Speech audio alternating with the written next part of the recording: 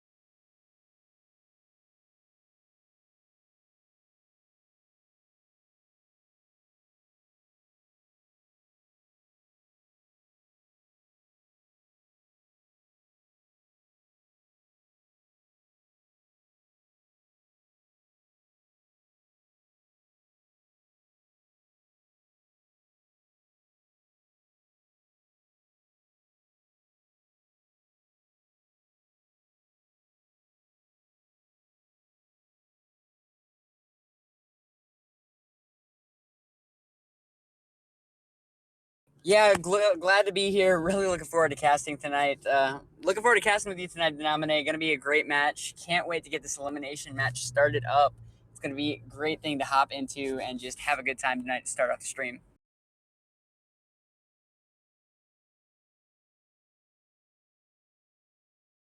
Wow, I had myself muted there the whole time. Unbelievable. I need to go through and actually fix a lot of these because been sick, ladies and gentlemen, and I had a lot of my mic stuff changed, so sorry about that. Wasn't watching chat, but all right, I think we're ready to get into the draft. So as we do it right now, let's jump right in. Get right to it. The draft for game number 1 begins. The draft begins. All right, so Blake, jumping into this match, we are going to get our first ban of the night. It is going to be Fortress. Now, we are on update 3.1, but Tony's banned, so he's not going to be part of the equation. With all the changes to the meta, one of the things that was, that was true from last meta was Fortress was a priority ban from a lot of these teams, and Taka is the next hero ban. Well, what are some of the things you might expect to see in 3.1 that could shift due to some of those balances that were made? Oh man, definitely a lot of good things coming out in this new update. I like the Samuel pick coming out. Definitely is still a strong mid laner. That CP range, the Drifting Dark Mouse Inverted, having that massive AoE can just hold the lane solo by himself so well that they can get that good push on bottom and top.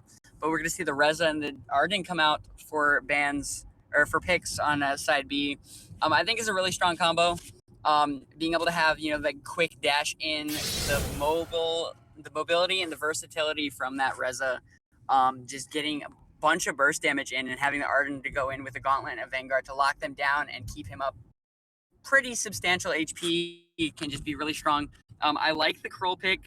Um, as I stated a few days ago, with the update like a few patches ago, being his perk coming up in 1 second instead of 1.7 seconds gets him across the jungle so much faster, gives him a lot more movement speed because of that mobility in the jungle, because of the increase in the map, because it's 5v5.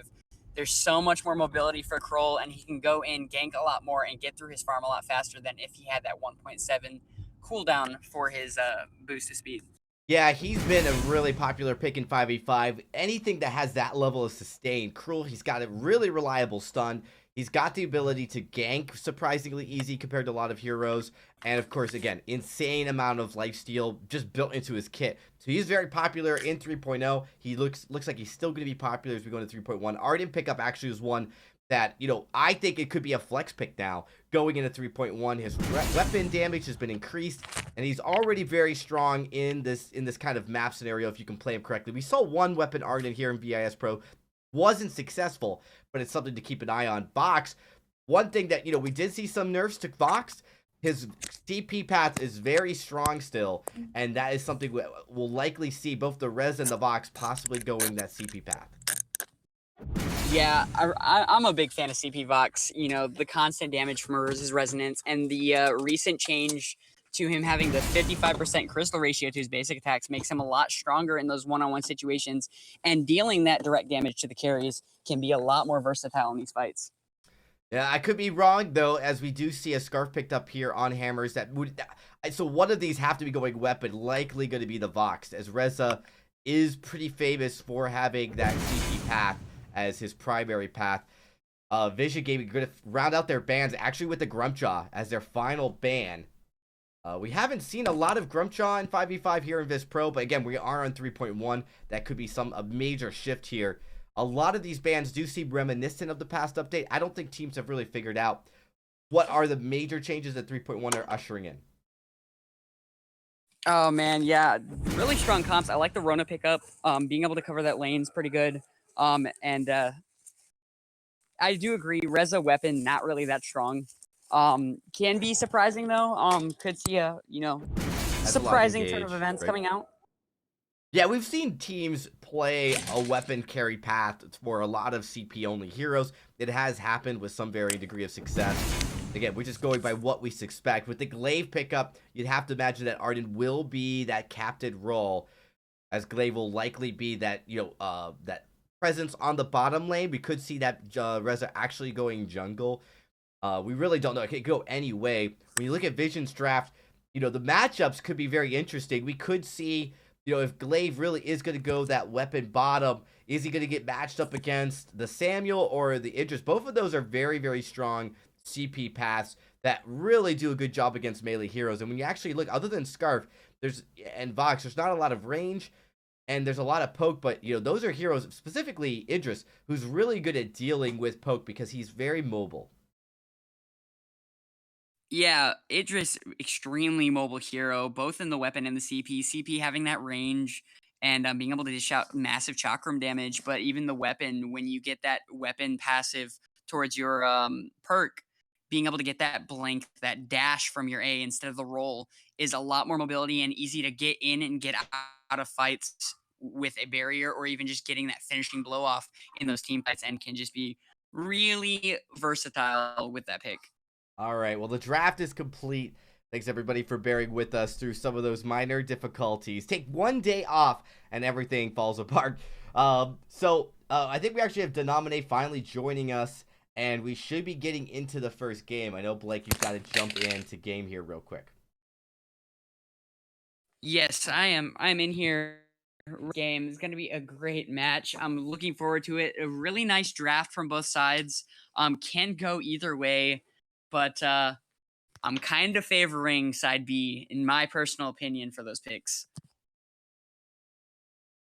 Yeah, I like absolutely. having the glaive, being able to dive in there with the afterburn, giving a little bit of corruption to that backline for the enemy team, and having the Vox and that Reza as well. Scarf, really good backline. Vox is good as well, but can have a good amount of pace if he needs to take it out. And then just the Reza, like I said, the burst damage can be just be pretty crazy. Yeah. All right. We're waiting for the rest of our staff to get into game and get to the game lobby. And once we do, we'll be able to get us right into game number 1. Hammers Esports going up against Vision GG. This is the elimination round, so this is a huge deal. Yeah, and the first of the elimination round, so it's, setting that bar, being able to see, what teams make it, what teams get knocked out is going to just give that little bit of like, man, can we make it for those other teams in those elimination matches? That team got knocked out. Will we be able to do this? So it's kind of one of those wins and losses, and seeing who wins this can just give a little bit of nervousness and excitement to these other teams. Like, do we have a chance, or are we going to get blown away? Can just have so many emotions coming out through these teams. Absolutely. Just about ready to get in here. We are dealing with a tiny technical difficulty from one of the members that needs to get into the lobby. We should have that sorted out real quickly. I don't know, Denominate, if you got a chance to see the draft unfold. You are coming in here a little bit late, but what we're seeing here, Churnwalker is the support captain pick. And we've talked a lot about captain picks. Churnwalker has been kind of hailed as one of those very strong, high skill captains for 5v5. Requires a lot of skill shots, but when you can land it, he is just absolutely menacing. One of the most consistent, most difficult to deal with stuns in middle of team fights. Just how quickly you can use that trespass as well. But, the Arden pick here has been kind of like that steady Eddie for captains in 5v5 as well. Just that gauntlet tends to be pretty reliable in crowd control going into these matchups. Yeah, and getting late game into your build, once you get your Crucible, your Fountain, maybe a War Treads, getting a lot more of that health stacked up, you get that bigger barrier, you're able to, get in there, and for a lot of your front lines or even the back lines, if they get jumped on from some of those assassins, can just get them out with that speed boost, and that big barrier is just really helpful in team fights. Absolutely. Well, it looks like we're finally ready to get started here. So we'll be starting the matchup and jumping into game number 1 here in a few seconds. Kicking things off into full gear. Denominate, thanks for joining us as we look to get ready into this matchup. How are you doing? Sorry for the last minute schedule change on your end. Oh, I'm doing all right. Looking at the draft here, we definitely have quite an interesting A-side draft. I do want to put out the combination of Kroll and Rona and the Churnwalker gives you quite a tanky front line, and then with the Samuel and the Idris throwing in that crystal damage from range, that's going to be difficult for the B side to deal with. And I'm just catching up on which side is which. It looks like Vision on A side and Hammers on the B side. So that is correct. Definitely favoring the A side draft right now. Yeah, and we've seen this a few times, Denominate, where one side does appear to win draft, but again, right now, team synergy and rotation and how you play in matchups, like, for instance, you could absolutely alter your matchups here and to give yourself the better advantage. You could switch from top to bottom lane, as well as provide that jungle and captain support on a lane that you're going to struggle with to just even things out. And that's something that if you do correctly and effectively, you could absolutely win in a case where you may not have had the favorite draft. Hammers, looks like they really like favoring their comfort picks. Yugi, very known for loving that Reza pick. Arden is a classic chicken captain pick. So, definitely something that you see when they put on their comfort picks. This is something that Hammers so far in the series has liked. But we're in the game. I'm going to kick it over to my casters, the Nominate and Blakeinator, to take it away. Yeah, thanks, Dragon. Definitely going to be a great match going into this. We do see Chicken on that glaive, so quite possibly might be a captain glaive. Might be something we might be looking forward to. What are your thoughts on that, Denominate? I definitely think the captain glaive does offer some pretty unique gank opportunities. Obviously, when you run a carry glaive, you have a lot of offense in your kit. You're not going a ton of defense early on. So this is going to give a lot more sustainability to those active ganks. Possibly something like a later game aftershock for a little bit of extra damage. But it does appear we're going to have Yugi picking up what will likely be a weapon power Arden, as we already have the Reza and the Scarf taken in the crystal power route. you know, as I mentioned at the beginning with Dragon, I do favor the draft right now for Vision, but a lot of these heroes have just received some changes as well. But we've got a fight breaking out here. Chicken's low. Coming out from there. Mouseberg's doing some nice damage, but we see the Reza getting on there. Glaive going in, trying for the support. Does pop the flask, but we do see Samuel's going to get out of there. Churnwalker caught in the mess, though, and that's going to be first blood for the side of these Hammers, right? This is correct. All right, yeah, first blood for Hammers there on that Reza, so that's going to be a good start for them and a good way to start off this match. Afterburn coming out from Glaive is going to go in, going to be able to get the Samuel off set up for the Scarf, but Glaive does go down in the process. Definitely a good trade, though. Trading that roam out for that carry is going to give them a good just hold on that mid lane, keeping Samuel from pushing that too hard. Yeah, trying to get any denial onto this Samuel as far as gold goes is going to be going huge. in onto the Reza, does pop the smite, almost taking him out, but 2 stacks not going to be enough. Reza going to be able to pop out of there to safety, but a good job by Girls on Boys there trying to take him out, getting that little bit of jungle invade. Yeah, looks like Chicken might find Benzo here. I don't know if much is going to come of it.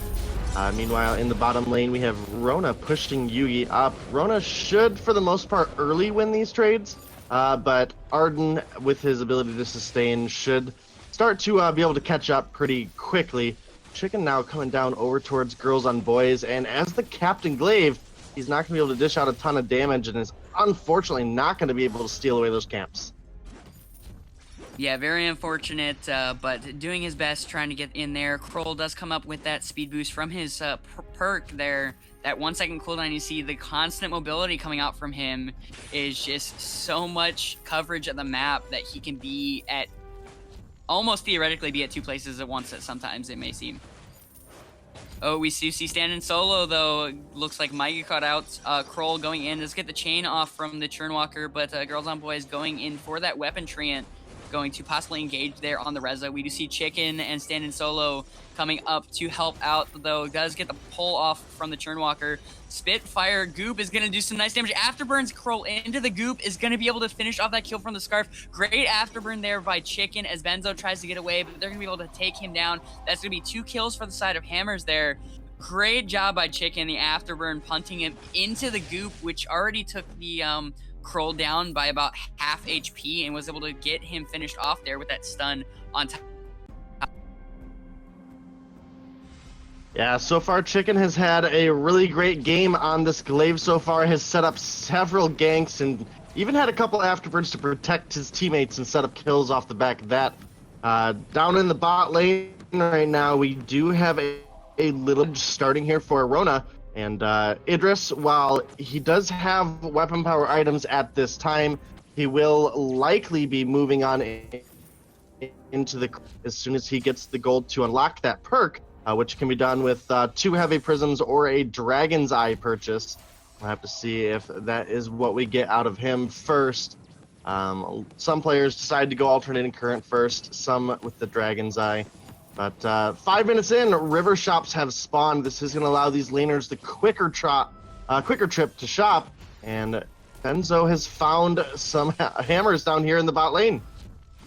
Yeah, we got Chicken, the Reza, and then Yugi there looking to push this turret a bit. The chains come out, is going to hook onto Chicken and Yugi, doing some nice damage. Pablo John just there as well. They're going to be able to back off, are able to get a good amount of damage in on that turret, though, for this early game.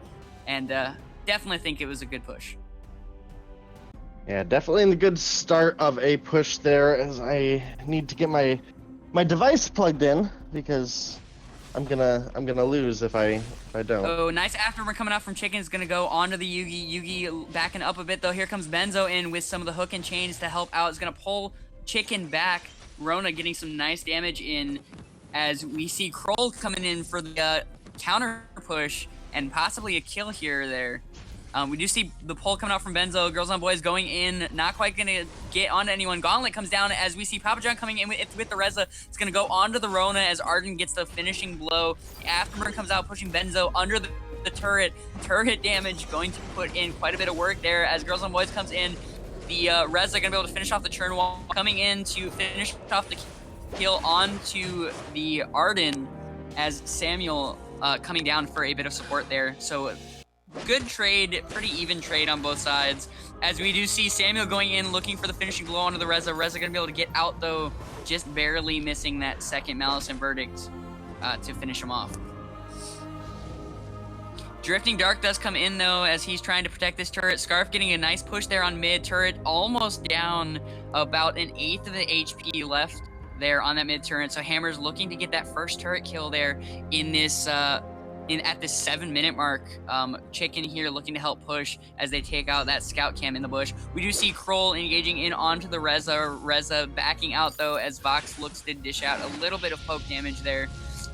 Idris is sitting on the Heavy Prism and Eclipse Prism, not quite having his Heroic perk out, so not going to have the extended range there yet, but getting close to that as we pursue further into this match. Yeah, been a lot of action thus far in this game. Obviously, we've seen a couple picks down in the bot lane. We've seen a couple anti-ganks or counter ganks in the bot lane as well. And it has turned out for 6 kills for Hammers, 2 on the board for Vision. Nobody's been able to take down that first objective yet. And we're starting to get to the point in the game where these carries are really ramping up the damage. Coming in though with the boost, there goes the afterburn. Samuel comes in, the burst damage coming out from Scarf is gonna melt down the Samuel. That's gonna be a first kill in this team fight for the side of Hammers as Kroll comes in to help.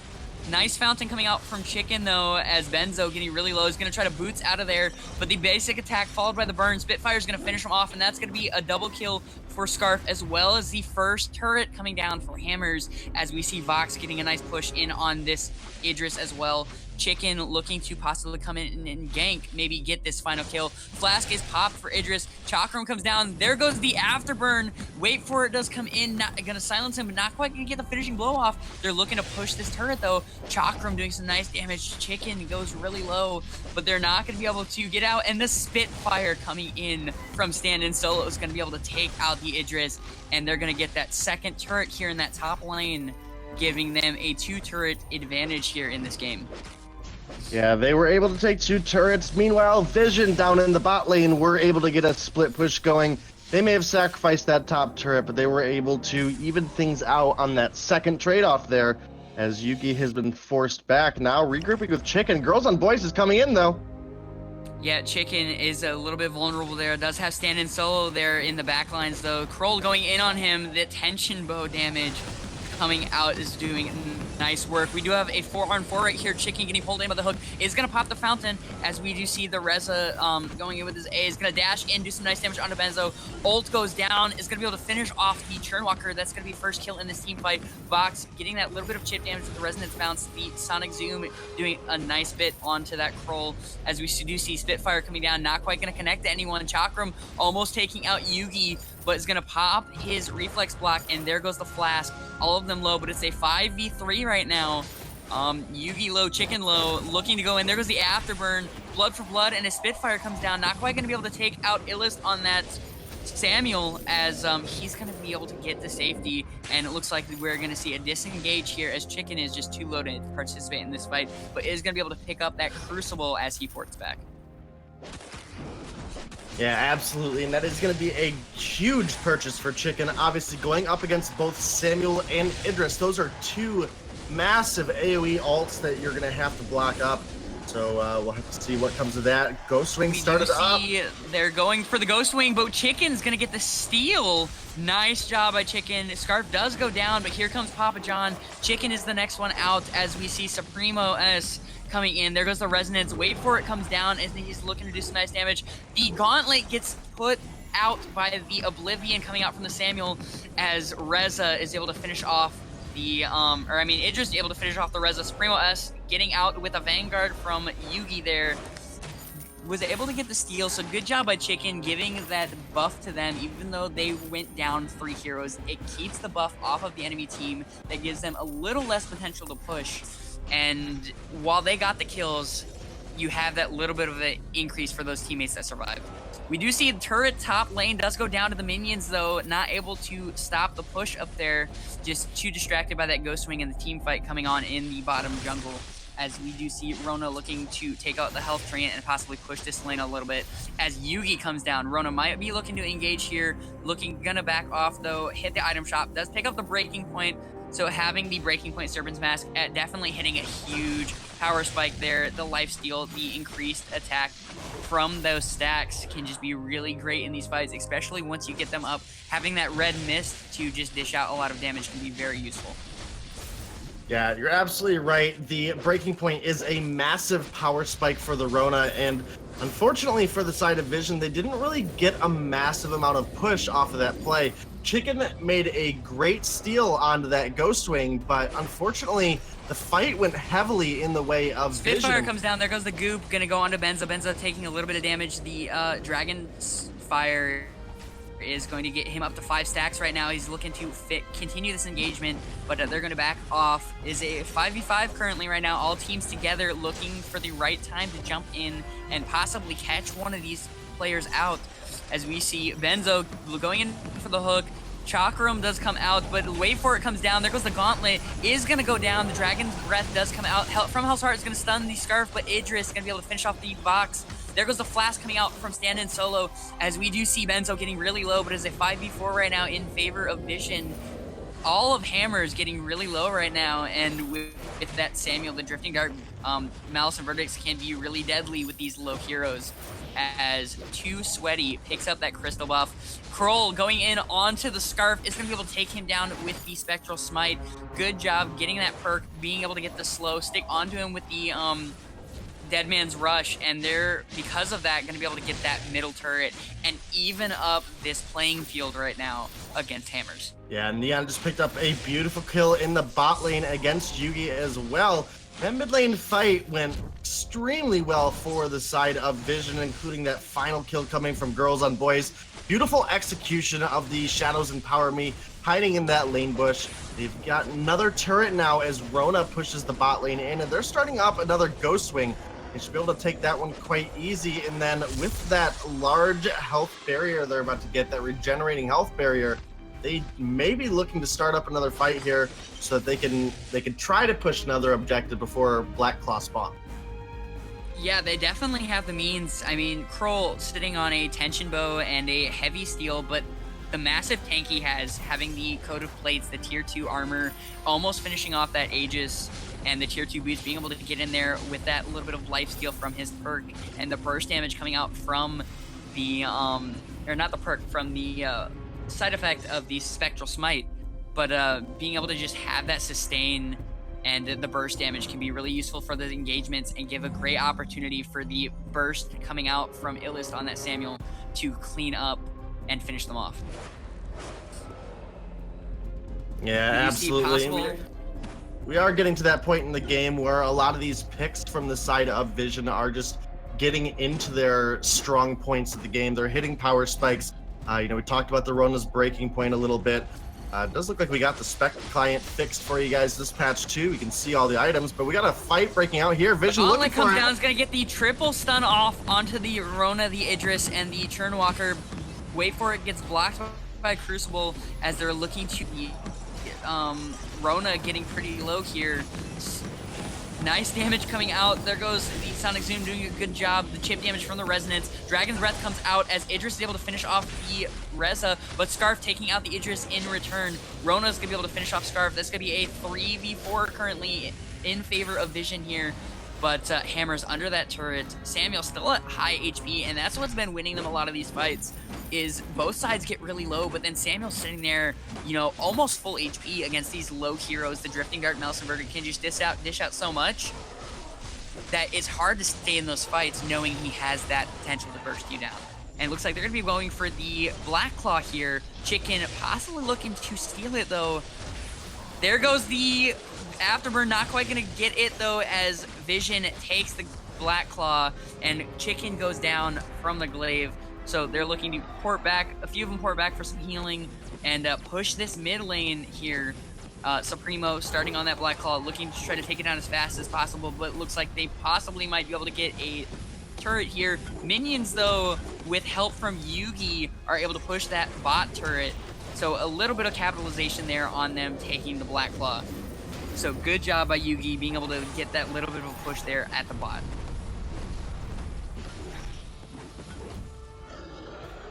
We do see Vision is going to be backing off, taking a little bit of this jungle farm as Hammer's taking out the Black Claw.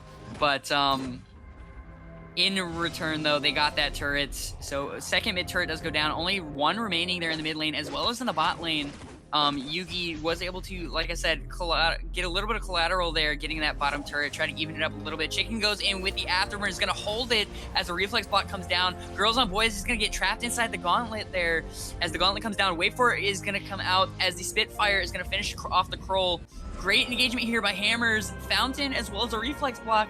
Reza's going to be able to take out the Rona. And that's going to be all 5 of them still up here as they're looking to engage. Afterburn comes in, is going to stun the Churnwalker as a Spitfire comes out, followed by a Goop. There goes another Goop. It's going to be able to take out the Churnwalker, sitting in a 5v2 right now. Illest still at full HP, but with 5 members out there, if he can just get caught out by an Afterburn or something, can just be massive turn of events here. Able to take 3 of them out. Was a great engagement there by Hammers in that bot lane. Yeah, absolutely. And importantly, just before that fight broke out, we did get a recall out of Vision in that bush right by the shop. Leave Girls on Boys in a spot where he thought he had an opportunity to get a kill onto Yugi, only could really see that Arden coming in. And then next was the whole team of Hammers collapsing, set up with a good afterburn out of Chicken after chasing the Kroll down. A beautiful gauntlet from Yugi actually set up 2 easy, quick kills for the side of Hammers. And then they were able to pick up that 3rd onto Benzo thanks to another good afterburn out of Chicken. As Chicken has actually gone with quite a heavy amount of shield.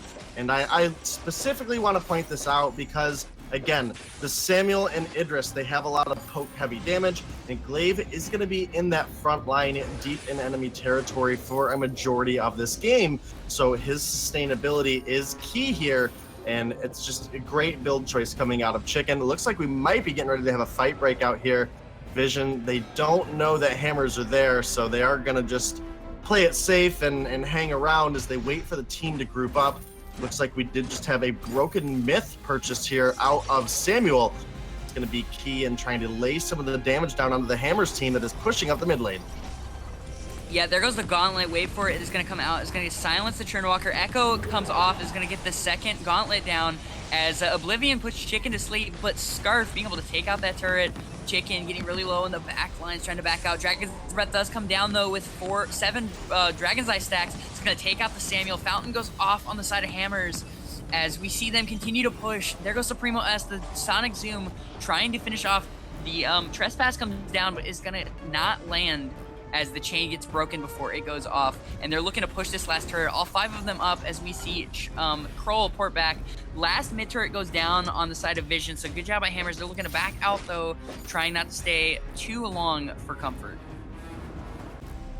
Yeah, absolutely. That was beautiful execution by the side of Hammers there. The Dragon's Breath was able to come through and pick up the kill onto Samuel.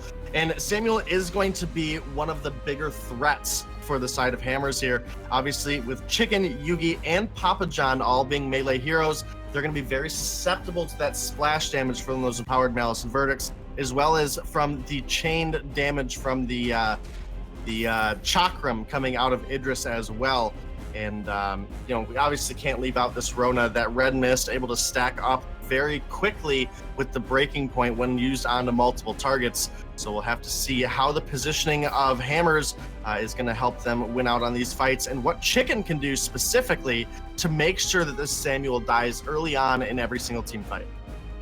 Yeah, and before we get into this next fight, which might be happening here shortly, I'd like to point out the Arden build. We were thinking maybe a weapon Arden might be coming out, but having the Storm Crown is being able to push those objectives, get that turret damage, help them take stuff like Ghost Wing, Black Claw, and then going with the Shiver Steel, getting that slow off, and then just going a tanky build with the Aegis, working towards possibly a Metal Jacket or a Atlas, and then the War Tread. So he's going more of a team effort rather than a weapon damage. Gauntlet does come down as we do see the Ghost Wing go to the side of Hammers, so they are looking to possibly either push or get an engagement, or push to force an engagement as we wait to see this next team fight break out.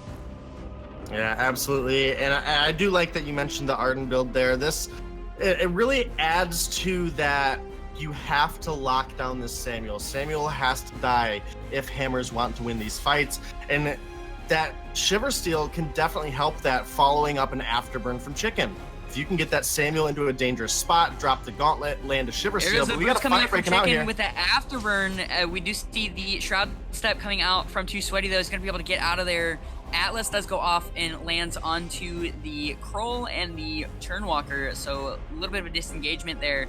They do have the Ghostwing buff, so they are looking at an advantage here, but From Hell's Heart comes down, followed by a Trespass. Vox just gets shut down in that fight as he got caught out a little bit. Nice From Hell's Heart going out. The reflex block coming in from Arden does block the Oblivion as we see Spitfire come down. Kroll is locking onto the Scarf, but there goes the Spitfire goop as we do see them chasing down the Reza. Reza looking to get out, does use his dash to get out of the Mouse and Verdict range. Scarf is able to take down the Kroll as the Gauntlet stuns the Idris. Double stun on Idris from the Gauntlet. Just got caught out there, and Scarf is able to take him down. Turnwalker finishes off Reza, as well as Rona finishing off the Glaive. Samuel comes in to finish off the Scarf. Arden, the only one alive. It's a 3v1. One right here does get pulled in from the Churnwalker, and that's going to be first ace of the game coming out from Vision there against Hammers, and they're going to be able to easily take this Black Claw here. Great job catching out that Vox from Hell's Heart. Perfect setup to follow it up with a Trespass. It was just a great job there, just being very wary of the jungle. Yeah, and actually, I do think standing solo on Hammers on the Scarf, I do think he played that fight really well. Unfortunately, losing Vox early on from that surprise gank, that From Hell's Heart, and that Trespass landing, as you mentioned, they just didn't have the damage to get all the targets down quick enough. Unfortunately, came down to Neon Fire on Rona. He built up enough breaking point stacks. He was able to get it into the fray, onto the Scarf, and from there, just the quick attacks that come out of a Rona, especially when using that foe splitter, we're able to chunk Scarf down to nothing. Now Hammers, they have a Black Claw marching down their lane. Vision, they are not far behind that objective, but Black Claw's dropping very, very quickly. This might just end up being free gold going over the side of Hammers. Yeah, definitely looks like it's going to be that case. Does get a few hits onto the turret, but it is still up and running, and so definitely good signs for Hammers possibly being able to bring this back. They do have no turrets on the side of Vision in that mid lane, so that does make them vulnerable if a team fight goes in favor of Hammers at any point in this game. So Vision has to be really careful with these engagements and just watch for getting caught out and possibly catching out Hammers to get a nice engagement like they had in that last team fight. Yeah, absolutely. We've got both teams poking out over some Vision here. Girls and boys made a sneak around, but nothing has come of this fight yet. Illust is trying to build up some of these breaking point stacks. Here we go, the Gauntlet's down. Gauntlet comes down, does stun the Idris there. Gauntlet comes down again with the Echo. Wait for it, comes down, silencing the Turnwalker and the stacks. It's gonna be able to finish off Turnwalker. After Burn comes in, the Kroll gets stunned, and that's going to be another death. Scarf taking out the Kroll. It's a 5v3 right now, as we do see Malzenbergs do some nice damage, though, as they're going in. The Idris does go down to Chicken. Scarf getting really low, but there goes Supremo S going in onto the Samuel. Is going to be able to catch him out, possibly. There goes the Malzenbergs, going to finish him off, though. Sonic Zoom not quite going to be able to take him out, as we do see Vox go down to the Samuel. Neon trying to stay alive here against Chicken on this Glaive, as well as the Scarf. Spitfire does come down, though, followed by a Gloop, and the Blood Song is going to be able to finish him off. So, really great job. Good engagement with the Gauntlet, being able to get the Gauntlet Echo, and then pop another Gauntlet off. Ended up getting a double stun onto the Idris, which set up a really good wait for it, popping onto the Churnwalker and the Idris, and we're able to get that great engagement there. So they ended up coming out with 4 still alive to Vision's 1 Samuel alive there, and that's going to give them easy access to this Ghostwing. Yeah, they are going to get the Ghostwing, but they don't really have a massive opportunity to push any objectives, thanks to the low health bars because of Illust laying in those Malice and Verdicts. So no armory was able to get taken there in the mid lane, which I really, if Hammers would have been able to clean up that kill on Samuel, they likely could have pushed to win the game. So the fact that Illust made it out definitely saved the game for the team there. Obviously that trade-off on killing Supreme down in the bot lane. Now Illust is looking to get a little bit more gold under his belt. He's got the Dragon's Eye online, the Clockwork, the Broken Myth, but he is looking to get into that 4th crystal carry item. War Stress comes out. There goes the gauntlet. Is going to get blocked by Illus reflex block, but there goes the second gauntlet, and he's going to go down to the Arden. Oblivion does come down, but it gets blocked by a Crucible as they take out their armory. They're looking to push this. It is a 4v5 right now in favor of Hammers. Idris getting really, no, Churnwalker getting really low. There goes Fountain. Arden does get stunned, though, by From Hell's Heart. Gauntlet, or Vanguard comes down, is able to save the Vox as Idris and Rona go down. Dragon's Breath is going to be able to finish off the Churnwalker as they get the ace onto the Kroll, and that is going to be game 1 for Hammers. Great engagement there, being able to lock onto the Samuel, and I have to say, it's the Gauntlet, but also that Echo coming out from the Glaive as the last buy, being able to get the double afterburn off, did help out quite a bit in that last team fight, and inevitably led to their victory for game 1. Yeah, beautiful execution at the very end there and some good communication on Hammer's part. They came in with the gauntlet from Yugi. They were able to pick Illust off immediately, no questions asked. And from there, it was a matter of time. They knocked down the players' division 1, 2, 3, 4, 5, pick up the ace. They pick up game 1, and it was a really close and very back and forth game through most stages. Really impressed with both of these teams thus far. I think that's about all I've got to wrap this one up. It came down to communication there at the end. There was a play to be made. Hammers took the chance and they closed it out.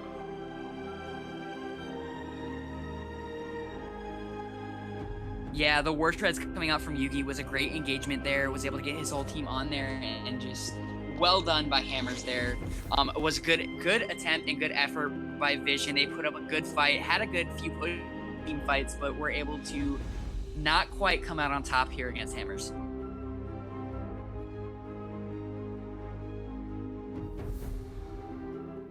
Wow, what an awesome matchup. Guys, that was really impressive considering that Hammers have pulled out something that, again, was never really effective in 3v3. And I think a lot of people have been asking, will it be possible in 5v5? And that is your double tank support heroes, right? Those are 2 support heroes, Glaive and the Arden, with a lot of tankiness and support related items. You saw the Echo, you saw the Shiver Steel. That's something that was early game not very effective, but as we got later and later into the game, Scarf was able to go pure offense. You see, the primary damage dealer, as long as Vox stayed alive, Hammers won this game, and that was crazy. Like, we both agreed that it wasn't necessarily the strongest draft, questioning not having that CP Vox that could do so much teamfight damage, but really impressive stuff coming out of them in the late when it mattered the most. Hammers winning the first game out of this best of 3. Vision now have to go back to the drawing board.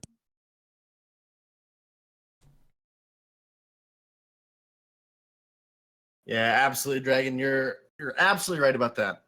So we'll have to see how we get into the draft for game 2.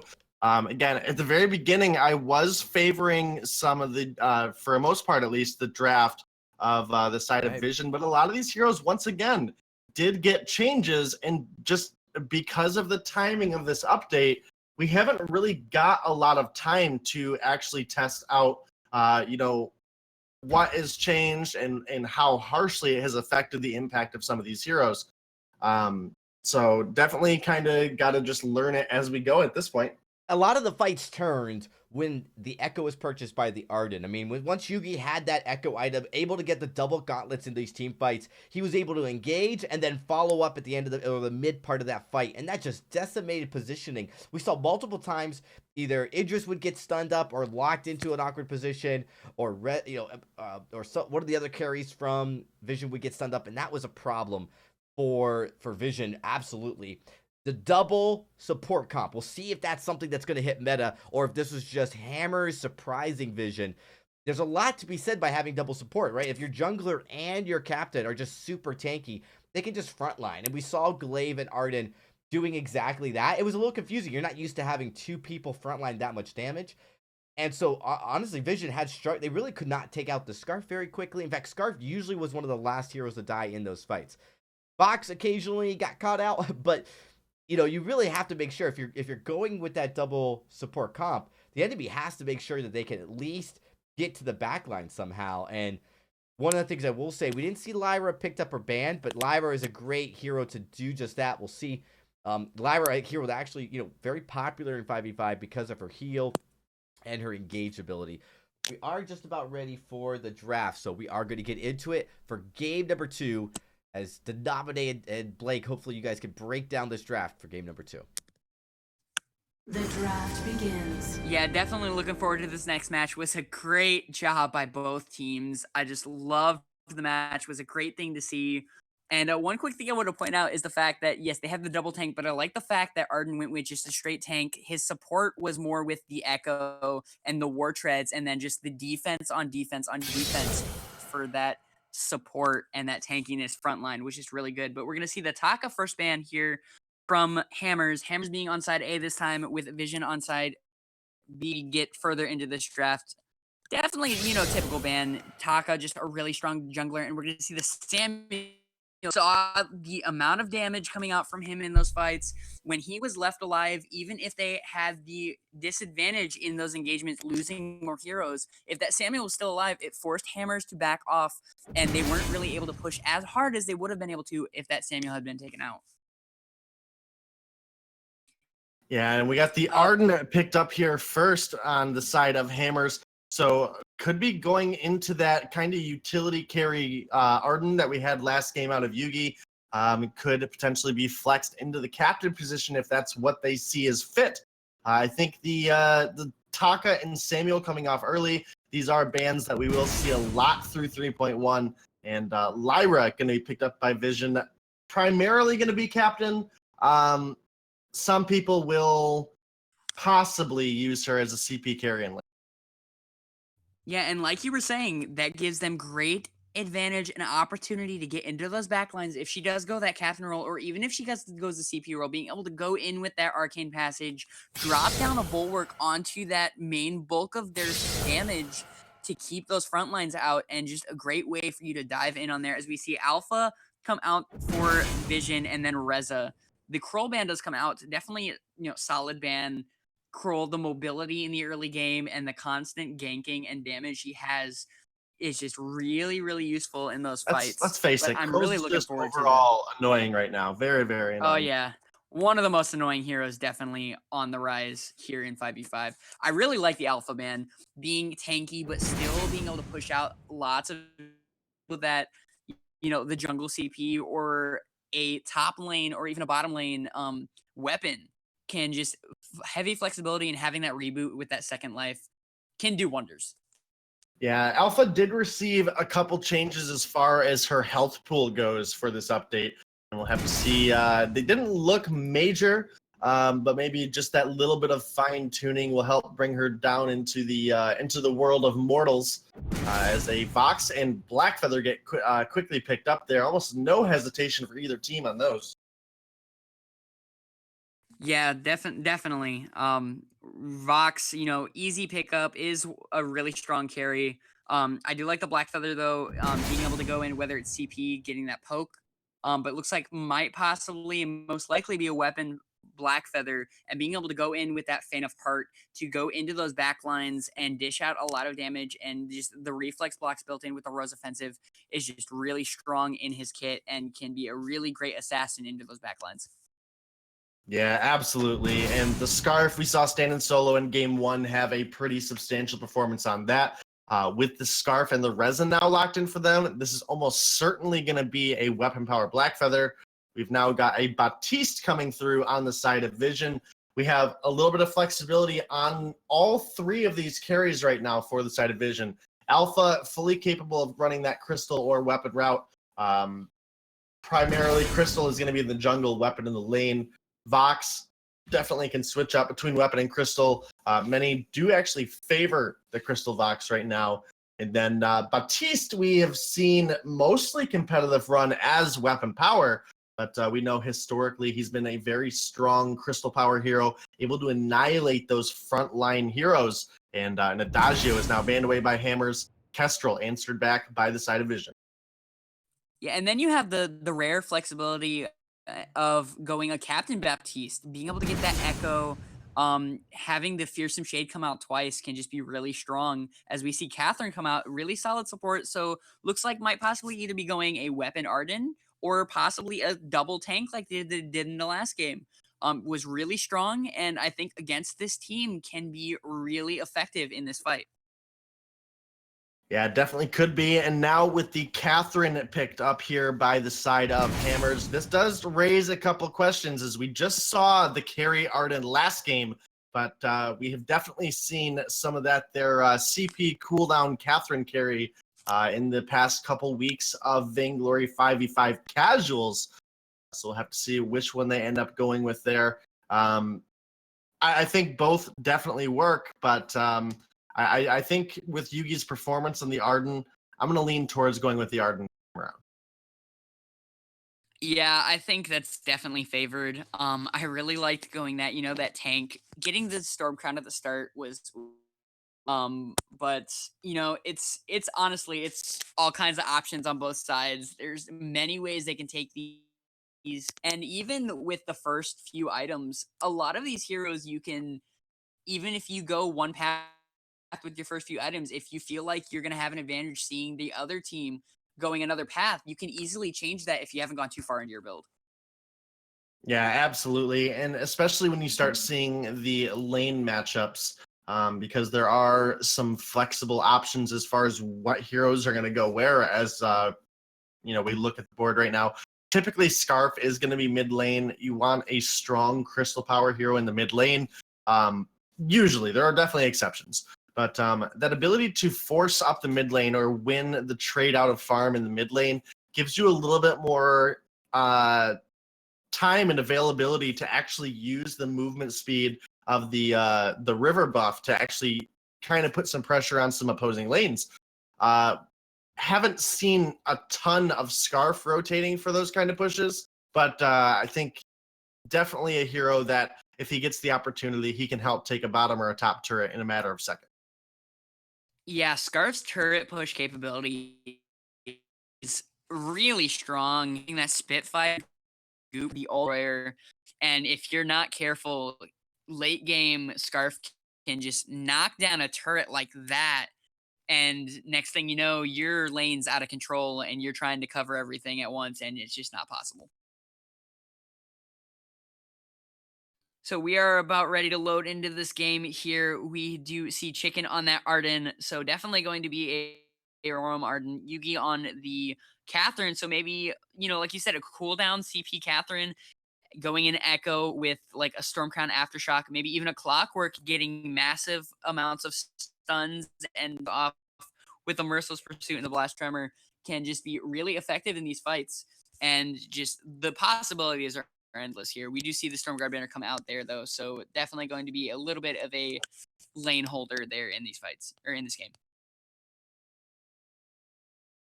Chicken getting a nice little bit of damage there onto Benzo. We do see is 3v2, too sweaty, and Illis looking to rotate to possibly help out Benzo if there's an engagement. But things still just a little calm here. Both teams going for their different buffs. We do see Too Sweaty and Illness up there by the CP buff, Black Feather and Reza there at the weapon, and then we got Scarf and Catherine there at their CP with Gwen up at their weapon. So just pretty similar things and, calm things here in these starting rotations. Chicken going in with a Blood for Blood, trying to steal the Crystal Treant, or Crystal buff, but not quite going to get it as Illist picks that up. He does have a book and a Swifty, so looking like he might possibly be going Crystal, though, with a Weapon Blade on Baptiste, as well as the double Weapon Blade being on Gwen there. Arden going in, trying to steal some of this farm, just being a little bit of a hassle there for Sweaty, and Illist just being that little bit of nuisance there, but Sweaty is going to be able to take out that health treant. Chicken not quite able to steal anything, but did give a little bit of hesitation there from the side of Vision. As we see Reza going in on Illist on the Vox. Imperial Sigil does come out, though, getting him out of there as the engagement is disengaged.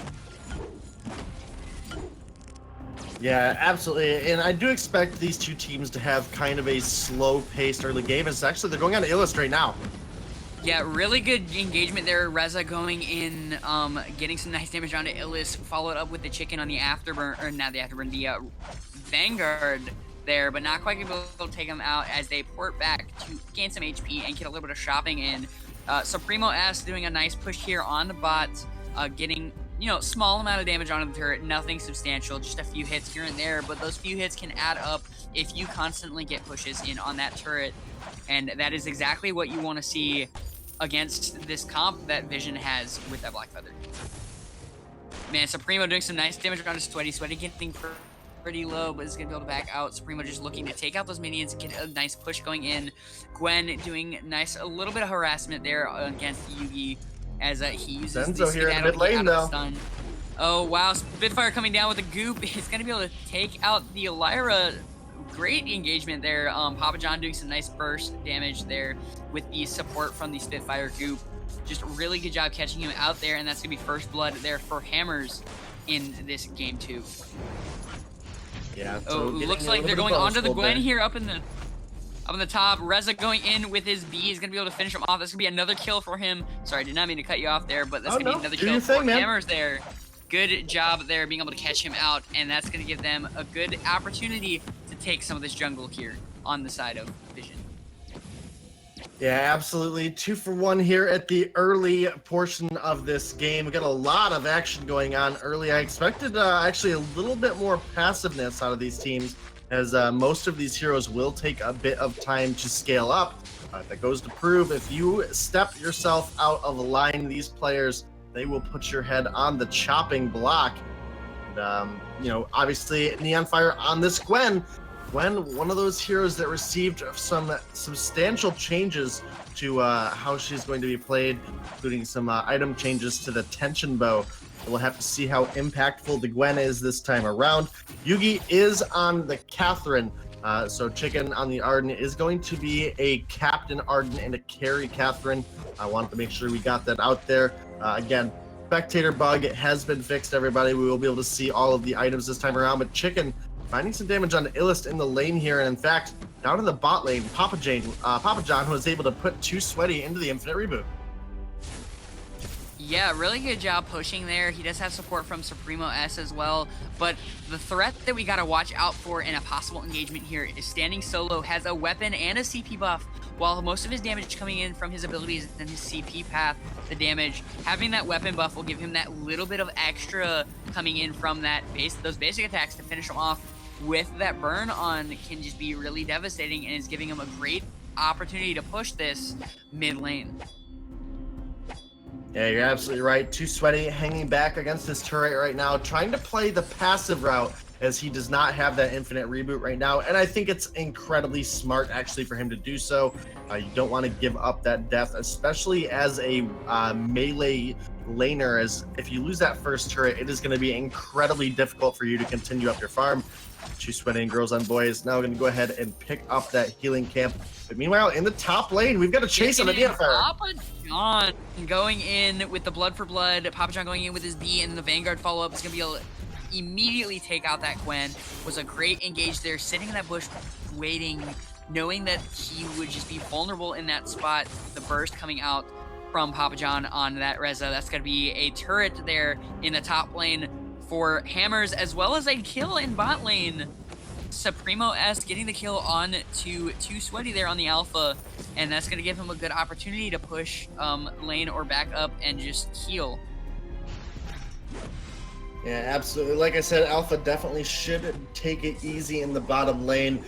Didn't have that infinite reboot, went in a little bit too far, and ended up paying with her life for it. So definitely got to be a little bit more cautious on the Alpha, who has gone with a tension bow first item here, as well as Neon Fire has gone down that route as well. So a lot of early burst here, definitely going to be susceptible to falling off in the middle and late portions of this game.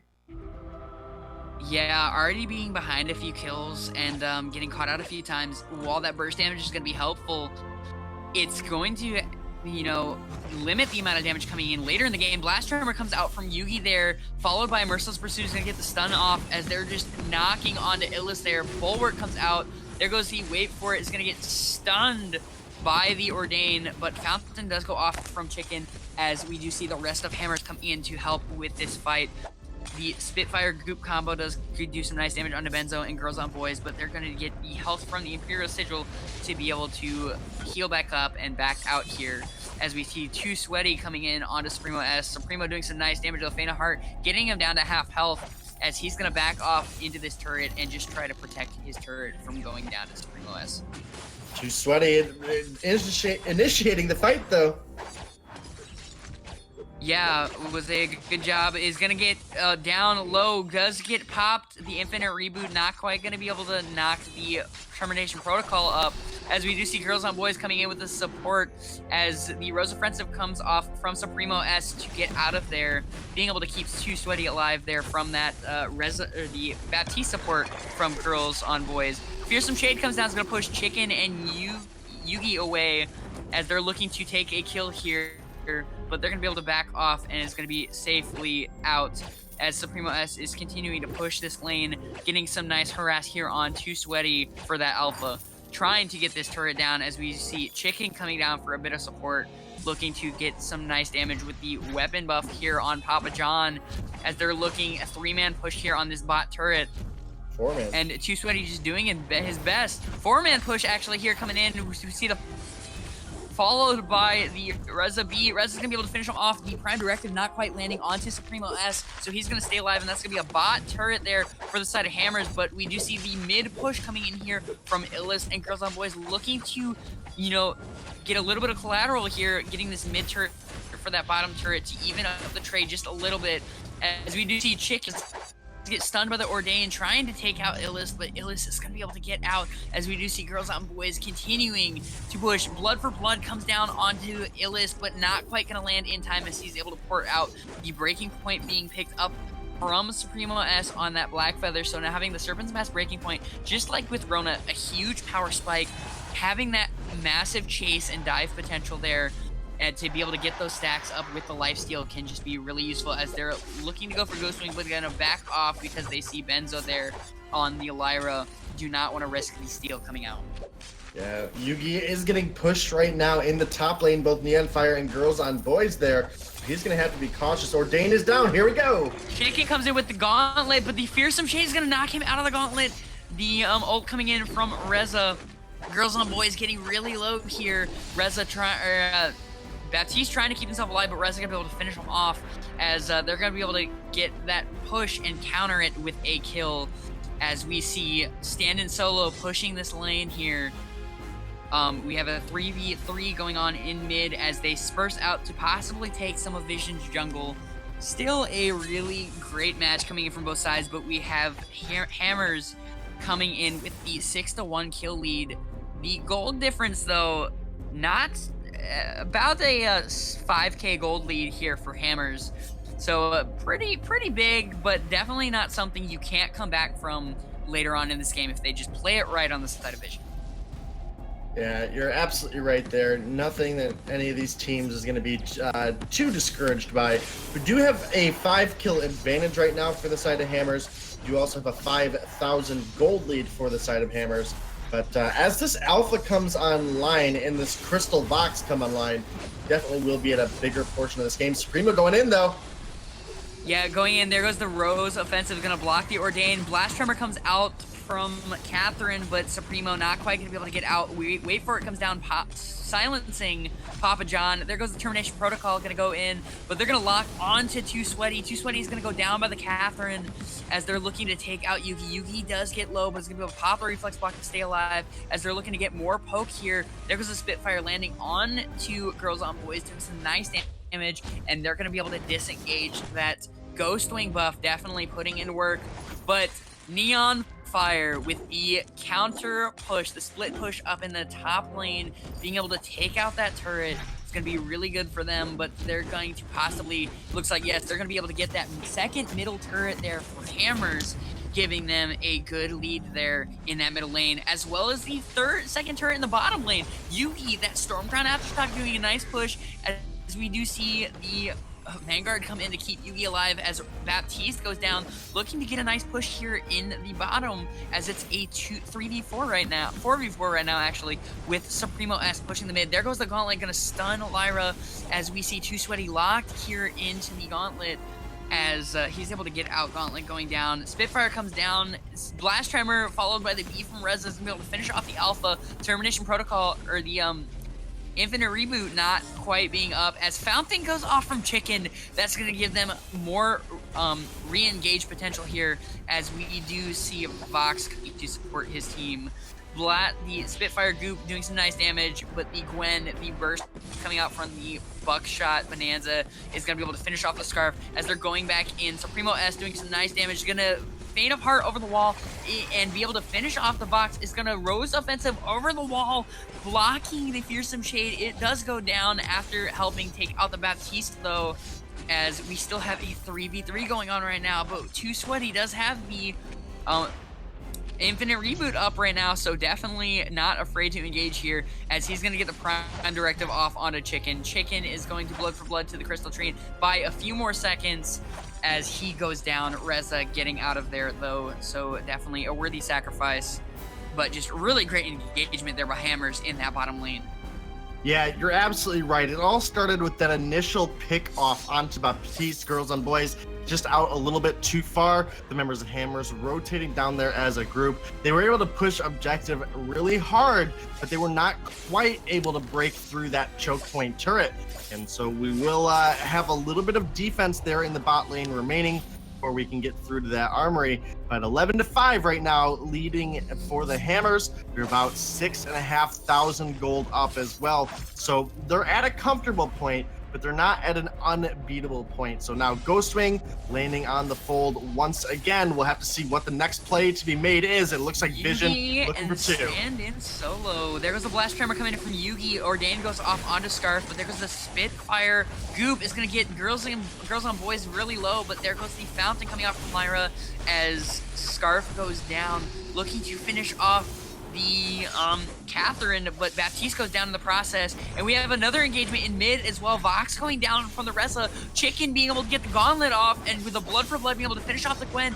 They're getting a nice engagement here. Lyra goes down next, as that is another kill. It's Too Sweaty, the only one up, but does have his Infinite Reboot up right now, so can have a good engagement possibly. Atlas does go down though. Yugi, the Storm Guard up, is gonna take a big bulk of that damage coming in from the core charge from Too Sweaty, as they're gonna be able to get that second turret. Too Sweaty, Prime Directed does miss as the Merciless Pursuit comes in. There goes the Blast Tremor, is going to use his ult to try to block the damage coming in from the Termination Protocol. Is not going to block it, but is not going to do enough, and they're going to be able to take out Too Sweaty on that Alpha after getting that second top turret. Great engagement there, had the double engagements, one in top with the 3v2 coming in favored for Vision, and then the 2v2 coming in on mid lane, able to take out that Vox, and we're able to just get the advantage there in both those engagements in the long run, and was able to push that turret. Yeah, that was actually perfectly executed by the side of Hammers. They were able to collapse and pick up the kills off the back of one kill that it looked like for sure Vision was going to pick up two. They had four members rotating up on the two of Hammers that were pushing the top lane. They did pick up one kill very early on, but the fact that Hammers were able to answer back with four very quickly just gave them all the edge there. And now Hammers, they're looking to push this bottom objective as well. And while they're pushing the bottom objective, it looks like it's going to go down here because of the goop from the Scarf. We have Yugi here soloing the Black Claw with the Aftershock and the Storm Crown. Having that Storm Guard to reflect a lot of the damage. We do see the Feint of Heart coming in. Fearsome Shade comes out. Not quite going to get blocked in time as Black Claw gets released by Yugi. Great job. It's a 4v5. They know that Yugi's not nearby though, so give him great opportunity to engage. He's going to use the ultimate from Reza to try to get out of there. Not quite going to escape. Rose Offensive comes down, trying to finish off Illist there as Illist goes down to the Black Feather. Gwen going to be able to finish him off as we see a 2v4 right now. Scarf does go down to the Lyra, but the Black Claw is pushing down this lane, and we just see Yugi making plays. Yugi going in with a 1v4, trying to keep them from porting, give Black Claw this opportunity to push. Blast Tremor comes down, as we do see the Reflex block coming off. Not quite going to be able to take any of them down, but enough distraction that this Black Claw still at half HP on this armory after taking that mid turret.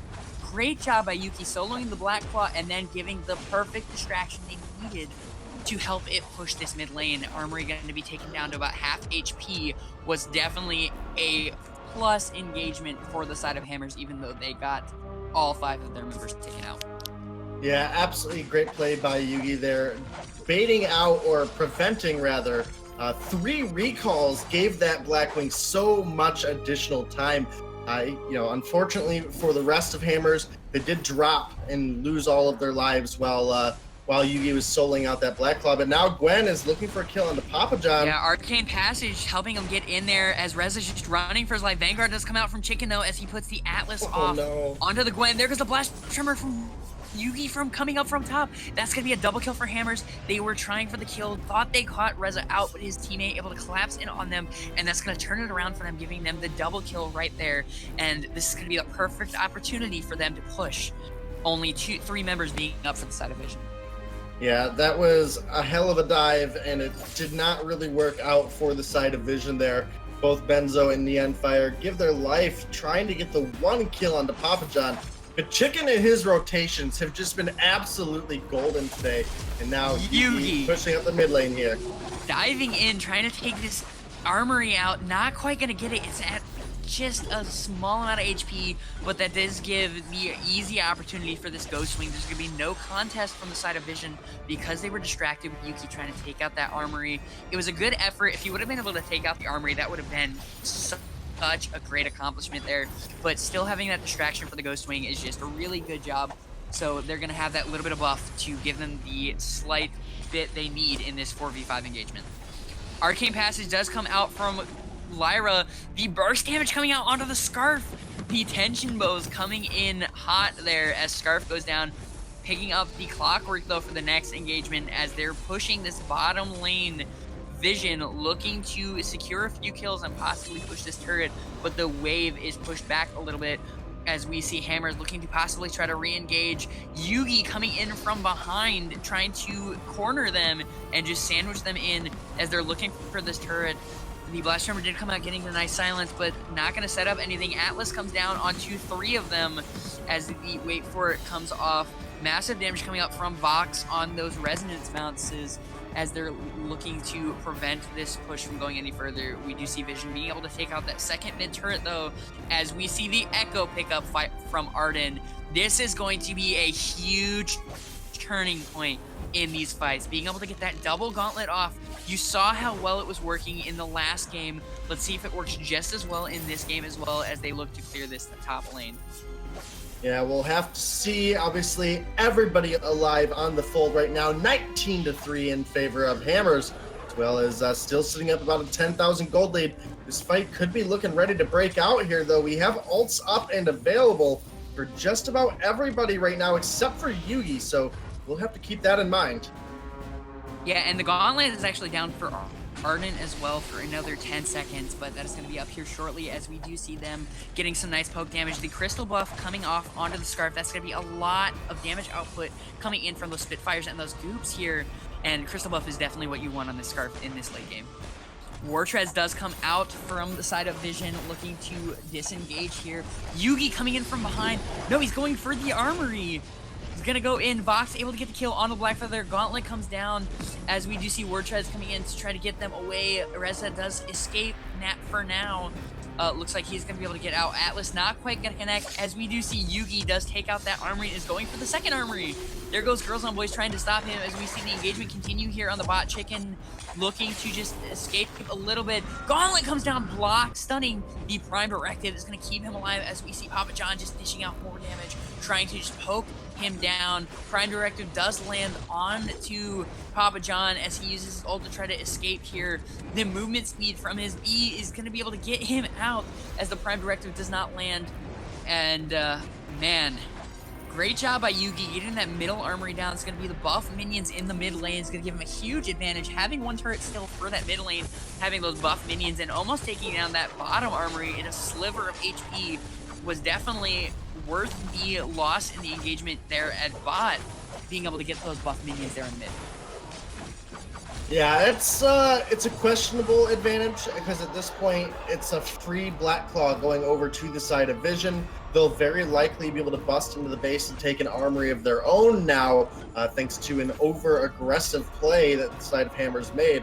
That's going to kind of neutralize things out. So I really, I don't care too much that they were able to get that central armory down. But Hammers, they're looking to just close out the game. Yeah, there goes the bot armory. We do see the teleport boots coming off of the Black Claw push as they're going for the crystal. The Vein Crystal does go down. That's going to be game 2 for Hammers. Great job by Hammers. Arden and Reza going in to start it off, and then the rest of the team just collapsing in to finish off that Vein Crystal. While they all went down, the Vein Crystal went down in the end. That's going to be game 2 in the series for Hammers. Really great gameplay coming out from the cooldown Catherine. Worked a lot of wonders in this match. That was... So I literally had just got done saying I didn't care for taking that central armory, and then everybody upgraded themselves to travel boots, made the backdoor play happen. That was such an unreal play by the side of Hammers there for them all to pick up. I mean, that's 4 sets of travel boots. The only one who didn't have the travel boots was Chicken, who was the one who initially went in, put the cam down to make that play happen. And then the whole team really followed on through there. Actually, Papa John didn't have the teleport boots either. But off the back of that play, that was beautiful execution for a final push there. Yeah, and the communication was great because you saw that the ones that got teleport boots, they ported back to base, bought the teleport boots, and then ported to the scout cam. So it was a little bit of that back and forth split decision making by the side of Hammers, was just able to bring them out in that game, and was just a really good effort there and able to bring it out on top. Vision did a great job, but man, great job. I'm gonna hand it back over to you, Dragonborn, see what your thoughts are in this match and this series. It was just a great thing to cast.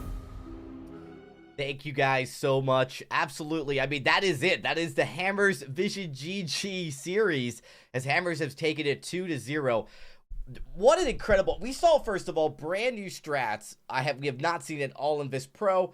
One, we saw the double support strat coming out of Hammers. That helped them win the late game. And then, again, a pressure on objectives. We saw Yugi and company were spending a lot of time going after those objectives, making sure that they were able to get down those armories. And as soon as they had the opportunity, Arden going all the way in while Black Claw's pushing up against their own turret, they don't even care. That is a classic backdoor, and a backdoor you can only do now with teleport boots. I mean, you saw 3 teleport boots picked up. Reza was still within shooting range as well to get down there. He didn't need to pick up teleport boots, but Arden gets down there, and the whole team teleports on top of Arden. It's absolutely fantastic. What a crazy play. Well, that concludes our first series, and now we're going to be getting ready for our second series. It is, of course, going to be Nova Esports versus Misfits. Before we get to that matchup, we're going to take a quick break, but when we come back, make sure you guys get ready. Our next elimination matchup will be it. Vision is the first team to get eliminated from this tournament. Who will be next? Will it be Nova or will it be Misfits?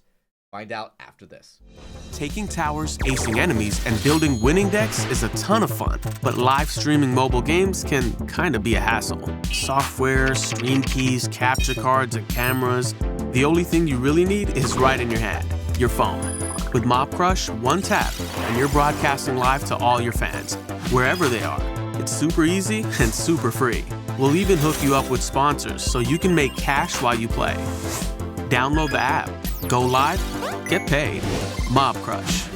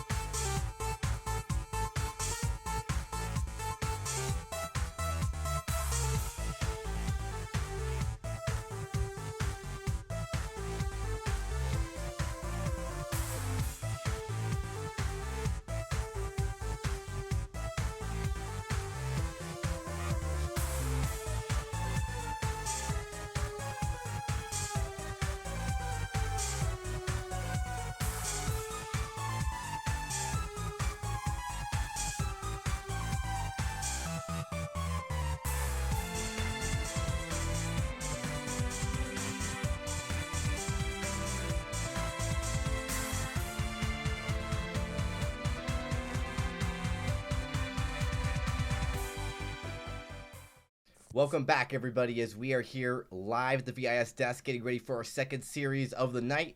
And it is Nova Esports going into Misfits. Here to break down our rosters and get into the draft. It is Blake, a Nader, as well as the Nominee. And guys, this is definitely a game I'm looking forward to. Nova had a bit of an upset in the winner's bracket, got knocked down to elimination, while Misfits, unfortunately, unable to fend off their competition as they had a really hard matchup their first round. Now we're coming in here, and both teams looking for redemption. Yeah, definitely the upset with Nova Esports and Finesse Gods. No one really saw it coming. It was a great match, great series. In those different matches, only want to go to 3 games, so definitely something to look forward. Was something to watch, but cannot wait for this series to start. Misfits and Nova Esports, both really strong teams here, and man, they've all got great potential, and I'm excited to see who wins this. Yeah, definitely should be a fun one as we're getting ready to get the draft started up for you guys here in just a second. Obviously, we just witnessed Hammers Esports up against Vision Gaming or Vision GG. We'll have to see if the draft follows a similar line again. This is the fresh 3.1 update. Many of the popular heroes did receive changes, whether they were large changes or minor changes. It definitely can, even just a little bit, affect the flow of how a game goes. Specifically looking at something like the alpha, cutting down 10% of that minimum reboot health could definitely be the difference of, turning a fight around. So we'll have the draft here in just a moment for you guys, and we'll see what comes of the matchup here between Misfits and Nova. Yeah, definitely something to look forward to. Another key thing from the update is the tension bow. The changes to the tension bow that affected them so much that last match. Yeah, absolutely. The Gwen, while she did still do a massive amount of damage, she didn't feel quite as impactful as she once was, and that's definitely some of those changes setting in. And from there, we will have to see what gets picked up. It looks like we're waiting on confirmation for just one of the teams now to get the draft started. Do you expect anything specific out of any of these players, Blake? Like, obviously we have starting all over in here for the side of Nova. Big Vox, Ringo, and Kestrel players. So I would expect those to come out. But is there anyone else that really stands out for you here? Oh man, there's such a lot of good players here in these rosters. Oof. I think I'm definitely looking to see. Pretty sure Jazziel's on Misfits, if I'm not mistaken, right? Jazgo, what now? Sorry, I'm a little rusty with these rosters, but Jazziel, definitely looking forward to his gameplay. A lot of great things coming out of him. I've seen in past games. I've even casted some for other tournaments that he's played in, and his 5v5 potential and capability is just really out there. And I'm you what he's put on to impact these matches. Yeah, Jezville, definitely a player that up and came through challengers last year, made a big name for himself. And so far we have Idris and Samuel are the 2 picks. And we've got a Churnwalker and a Fortress ban. So still a lot of similar picks and bans thus far. And I think Misfits definitely saw the Churnwalker plays through the last couple games and decided that's not something they want to deal with. And now a Gwen is picked up and answered back by a Rona, so still feels very similar to the 3.0 meta, but again, it only has been a day. Yeah, definitely going a day into an update. It's really hard to get out of picking those meta choices, because they're comfort picks. They're the things that you've been steamrolling, you've been getting aces, you've been getting triple kills with for months now, and then this update comes out and everything changes, but you're still wanting to go for that comfort pick, and that can just mean so much in these fights. Yeah, you are absolutely right there, Blake, as we have the Lyra now taken off the board. So we have a lot of focus on these captains so far, and now a Krull is taken off. Krull, one of those heroes, very difficult to deal with in 5v5 because of the size of the map. He can make ganks and not have to worry too much about the enemy team collapsing on him. And now we have an Arden pickup by the side of Misfits. Will this be a captain? Will this be the utilitarian carry Arden? We'll just we'll have to see. Only time will tell. That Echo Gauntlet came through strong for Yugi a couple times. I really, as much as I used to hate the idea of a carry Arden, I really would like to see that come out again. Yeah, it's just something you're not used to seeing very often until coming into this 5v5, and it just works so well. Being tanky but having the Storm Crown and the Echo, the push potential with objectives, and then the double gauntlet on top of your actual captain can just be whew. Makes me shiver just thinking about it. Yeah, it can definitely be a massive threat for sure. We now have a Flicker Glaive combo that's coming out of this Nova lineup here, and that screams just monster gank potential to me. So we'll have to see what they're able to do with that and how far they're able to take those potentials. The Bautiste coming through here, definitely a good strong pick as well. Helps counter some of that mobility that comes out of the Rona and the Glaive, as well as the Bad Mojo, Fearsome Shade can be used into those invisible targets as they are skill shots. So definitely can be used to kind of foresee what Flicker has to tell.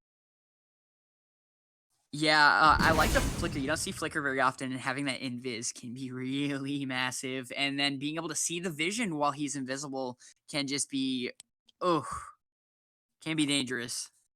But we're going to be seeing the Alpha ban come out. Definitely, a worthy ban. The reboot. Just one of the key things of Alpha can just help so much in those fights as we see the Taka come out. A little bit of a late Taka ban, but definitely not something unexpected. Taka just a very strong jungler and has so much gank potential, especially with that flicker. If they were to let both the flicker and the Taka through, that could spell so many types of danger for the side of Nova Esports. Yeah, it's going to be a Rhyme, though, and Rhyme, one of those strong melee bruiser picks, which for the most part so far seems like the route that Nova wants to go. Probably going to put this Samuel in the hands of either starting all over or Truth, and then go from there, try to have that hyper carry in the back line while you have a very tanky front line. And with the flicker trapping targets close by and limiting their movement speed, I definitely think the Nova combo they have set here is a potent combination that they are looking to push to the win. But this Misfits roster is not a team you can sleep on, especially not when they've picked themselves up a Idris and a Gwen and a Vox as well. Yeah, that is a solid carry comp right there. So much flex with the Vox and the Idris.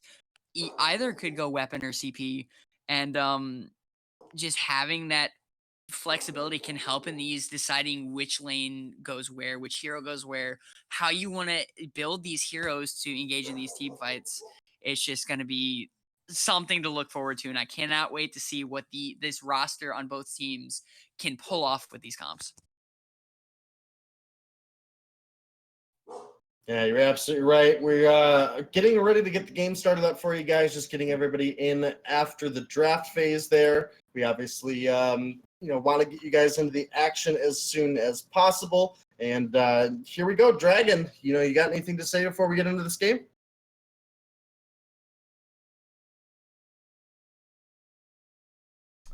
Yeah, thanks, guys. We are almost ready to get into this game. Game number 1 between Misfits and Nova. It should be pretty exciting. Interesting draft. I mean, we've seen, I think, probably the most creative stuff coming out of Hammer so far for 5v5. This draft, it feels a little bit more traditional from what we saw 3.0. Flicker probably being the one outlier from all of that. It's just we haven't seen a lot of Flicker playing for 3.0 with the 5v5 matchup, and now we're going to get that opportunity to nominate. I'm pretty excited because there is a lot of potential there. Just how you manage Vision Game is going to be a big factor to that. Yeah, you're absolutely correct. Vision against Flicker is key. If Flicker's allowed to get onto your backline and slow them up, root them up, even get your whole team into that backline can definitely spell disaster for the enemies if they are not prepared for it. Yeah, you're going to have to look at getting one of those vision items early, the Scoutmaster, as fast as possible, because if you lose vision to a Flicker in the game, I'd have to imagine that's something that would really spiral, cause a snowball if you don't manage that, because the ability to get to to get behind the enemy team when you're not expecting it is a powerful mechanic in this game, in 5v5 especially. All right. Well, without any more time wasted on us talking about what we think could happen, we're ready to go in and actually see what does happen as this game has started. Let's get right into it as I kick to my casters, Denominate and Blakeinator. Yeah, thank you, Dragon. Definitely going to be a great match and series. Definitely looking forward to this game one. I like the comps on both sides. One thing about the Flicker is, yes, the backline potential, but the side of Misfits, you have the reveal from the Buckshot Bonanza, the bad mojo, the resonance can give off cues of where they're at if they're invis near you, the Chakram, and then if a Vanguard comes out to reveal as well, they have so much abilities to reveal, can just be so devastating for that Flicker if they play it right. Yeah, I have to agree with you there for sure. It will still require some good vision control coming out of the side of Misfits regardless. Yes, you have these abilities that will reveal a target, but we'll get to that after we see nice Maokai get ganked. afterburn. There goes the B coming out from Flicker. It's just going to shut down the Gwen. The nice first blood right off the bat. The afterburn just putting in so much work. Just a strong part of Glaive's kit here for this hero. Yeah, absolutely. And, as I was mentioning, while those abilities are very good at revealing invisible targets like the Flicker, you still have to have some sort of idea that they're coming for those abilities to be timed and used correctly. So vision from Ali Peterson and the rest of Misfits is going to be very, very important if they want to deal with this Flicker. You don't have to have solid vision on him all the time, but if you can even get a glimpse and then lay that buckshot down, it can be devastating. But we did miss another kill there up in the top lane as Quetzal was able to rotate up with FPG and pick up the kill on Esme. Yeah, just really great rotations coming out from Nova here. Just getting those first two kills right off the bat right at this 2-minute mark. And, the potential lead that they can snowball off of this if they keep it going can just be really strong, as we see the crystal buff on Jazzville there. Malice of Verdict Drifting Dark combo comes out, trying to get some poke damage in, but not going to be able to get much off of that as it just evens out the lane. Yeah, absolutely. So far, a little bit slow pace with the exception of the two early ganks. We're seeing some minor trades in the lane, back and forth between Truth and Jazzville. Jazzville obviously able to heal up with that Book of Eulogies. Idris is a melee hero, does get that bonus healing. And Glaive down here, they were almost able to gank Maokai again. Quetzal in starting all over. They pushed him back to his second turret, and that may allow starting to force this wave up now and begin to take an advantage over Maokai down here in the bottom lane. He's already got almost 20 CS under his belt. Now just hitting the 20 CS mark. Maokai, thanks to that early gank coming out of starting in Quetzal, they were able to keep him down to just 8 CS. So huge lead forming here in the bottom lane. Yeah, and that CS difference can be such a big deal, especially once you get later into this game, because early on it's not too terrible, but that little bit of CS difference can be a huge gap later on with the build differences. Yeah, it definitely can. The difference of a tier 3 item versus 2 tier 2 items is definitely nothing to miss out on. As we have Quetzal coming in and tried to steal away that the buff there, was unable to do so. It did appear Maokai picked that one up here on this Gwen. Gonna be a weapon Gwen down in the bottom lane. Esme is looking like he's possibly going into a weapon box. And but it's probably going to leave Archaic, this Baptiste, into a crystal path. That will triple weapon up, and armor will be very effective on the side of Nova. Yeah, if they go that triple path, that's going to be, you know, you're going to need that defense for the Idris because of that CP, but the armor is going to be substantial in these fights. As we see Archaic going in on Quetzal and FPG, as we see Samuel coming up as well. They're looking to continue this engagement. The Chilled Wind's not quite going to root anyone as Ali Peterson comes in with the support. Jazzville coming in does have the crystal path of his passive, so does have the extended range of the basic attacks as they disengage. Yeah, and that's a pretty substantial spike for the Idris, especially up against a Samuel in the lane, where Idris in the first couple levels can struggle due to his being a melee hero. He's very susceptible to truth on this Samuel just farming up his wave, those empowered malice and verdicts. But it is going to be a bottom turret taken by the two-man push of Starting All Over and Eco. Will they look for the gank here on Maokai? Starting All Over is a level up. He does have that red mist available, but we don't quite have the moon cloak available yet from Eco here on this flicker. So we'll have to see as that comes together. Jazzville doing a great job farming up in the lane right now, as you mentioned. Has that divergent path for the crystal power unlocked, but needs to get the Dragon's Eye and the alternating current online before he really starts to be a massive. Yeah, having that range, you know, puts out a small spike, but once you get the stacks and the basic attack crystal damage from those items you mentioned, that's when the huge spike sets in, and that's when the game changes. Yeah, the Crystal Idris definitely played similar to a weapon hero once he gets those online. Even though he's going crystal power, he will get the bonus crystal damage on every basic attack just due to his divergent path, but then will also deal additional crystal damage on every other attack. He does come out from Archaic, stunning, fearing all of them as Glaive goes down. The Oblivion comes out, is going to put Arden and Baptiste to sleep. Red Mist coming off. Fountain gets popped by Ali Peterson as Starting All Over goes down. Jazzville picking up the Dragon's Eye mid-fight there at the item shop, and he's going to be able to take out the Samuel. Great just maneuverability and quickness there by Jazzville, picking up the Dragon's Eye mid-fight, being able to get those stacks off and extra damage out to just do massive amounts of help in that fight. Yeah, and it all started off with a wonderful Fearsome Shade coming out of Archaic. Now Maokai, since they were able to get Starting All Over down, has an opportunity to get some damage, but here comes Quetzal, and he's going to have to be cautious. Afterburn does get blocked by the Skedaddle, but the burst damage coming out. Blood Song not quite going to be able to get that last hit off as Maokai gets out alive, just barely. Ordain does come off onto the Rhyme from the Baptiste as we see a 3v1 engagement coming out right here. Rhyme popping the boots. There goes the Valkyrie. Is going to stun Ali Peterson, trying to get out of there. Esme going in for the chase, getting that mortal wound and extra damage off, but he's going to be able to get out. But a great engagement there by the side of Misfits, trying to take out the Rhyme. Going to give him a possible push here on this top turret. Yeah, you're absolutely right. And, you know, a huge change to that poison ship here on Esme. You know, every other basic attack now applies that debuff, so that's Gauntlet huge. comes down there from Ali Peterson. Is going to be able to keep Jazzville out of the fight from Starting All Over as the Chakram goes down. Not quite going to finish him off, but Baptiste is able to get that top turret there with the Vox as Idris goes down from the Rona. The Foe Splitter just doing a lot of damage. Not quite able to finish off Ali Peterson, but being able to take out that Idris is going to be very helpful in this possible push on this mid turret.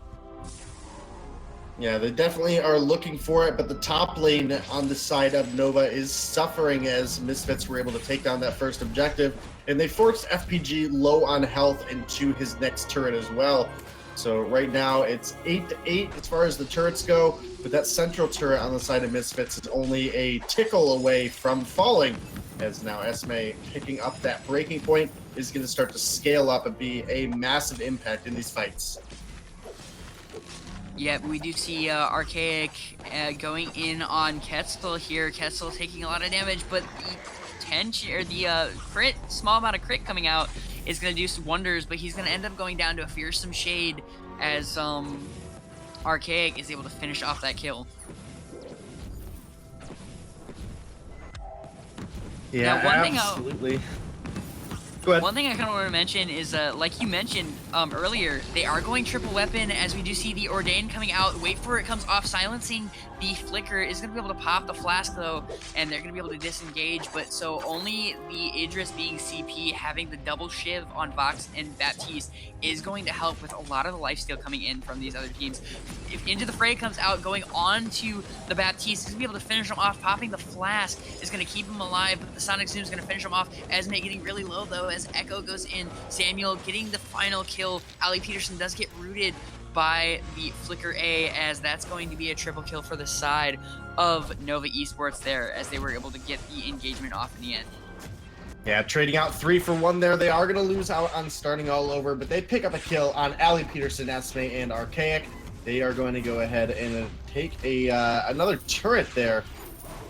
Down in the bot lane, at least Misfits were able to, thanks to a good rotation coming out of Maokai down into that bottom lane. 6-6 on the board right now, 3,000 gold in favor of the side of Misfits. So still quite comfortable here. Nova, they felt in control of that last fight, but Misfits, they're getting into some of those power spikes. I do want to point out here, though, they did commit into that triple weapon route. So that is going to mean the side of Nova, they're going to prioritize some armor, and it is going to cut out on a bit of that damage.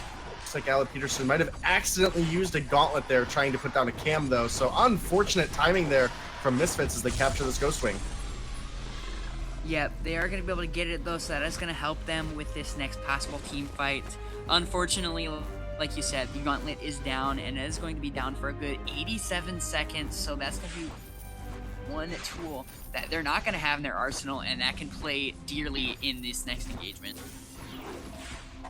Absolutely, as another turret on the rise falls 6-6 as Truth is pushing up the mid lane now. Can he get a second turret before Vox arrives?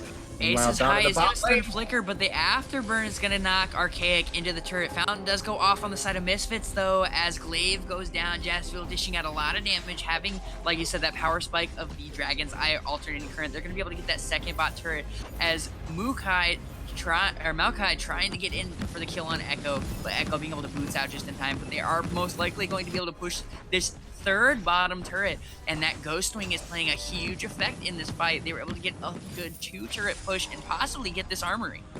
Yeah, Idris is at a disgusting point in the game right now as they take down starting all over. They're looking for more.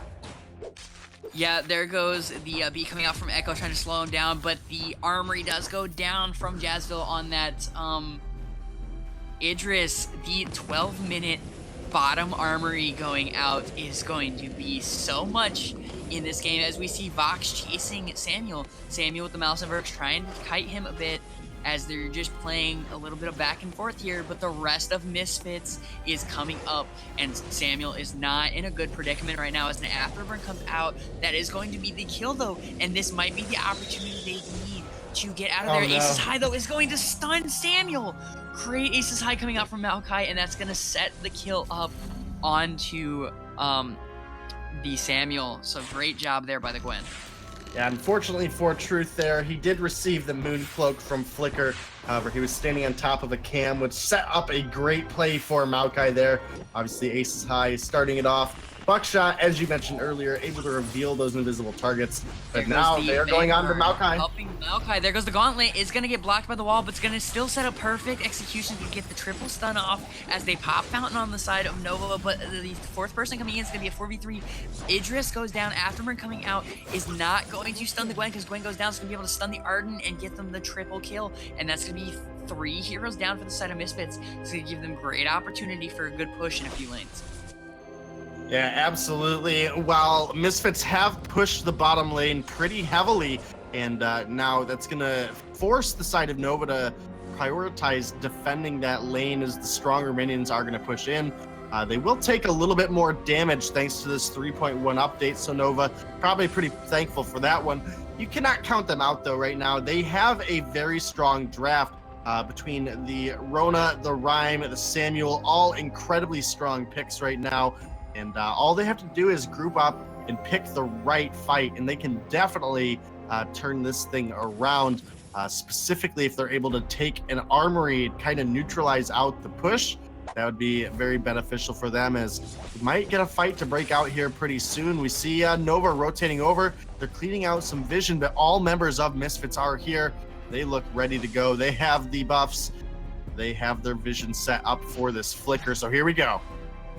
Yeah, and we have infusions on both sides. 3 infusions on the side of Nova, 1 infusion on the side of Misfits, as it looks like they're clearing the vision off of the Ghost Wing, wanting to keep it away, make them suspicious of possibly going for it, and maybe catch them out when they try to possibly steal what's not being taken.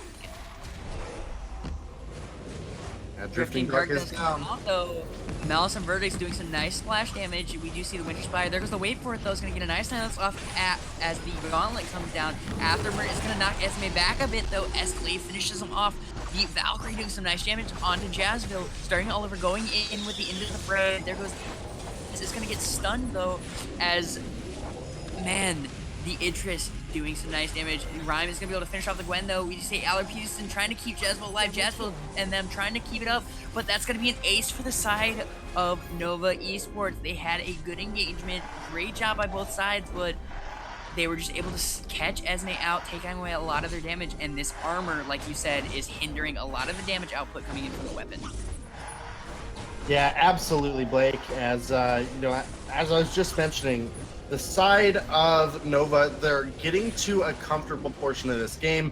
They've built up quite a bit of shield for that Idris, who's really the only damage threat at this point. Even though the armor is still not fully complete for the side of Nova, that armor that is built is affecting 3 different carries on the side of Misfits. So they're definitely worried about Jazzville the most. He's got the Dragon's Eye, Alternating Current, and Broken Myth complete. He's going to be the biggest threat in a majority of these fights. Next, I would say, is probably going to be Esme, in all honesty. If this was 3.0, we might say Gwen, but I think Vox is in a little bit stronger of a suit right now. So that's probably where the focus will be. And then, it's a Ghost Wing going over to the side of Nova.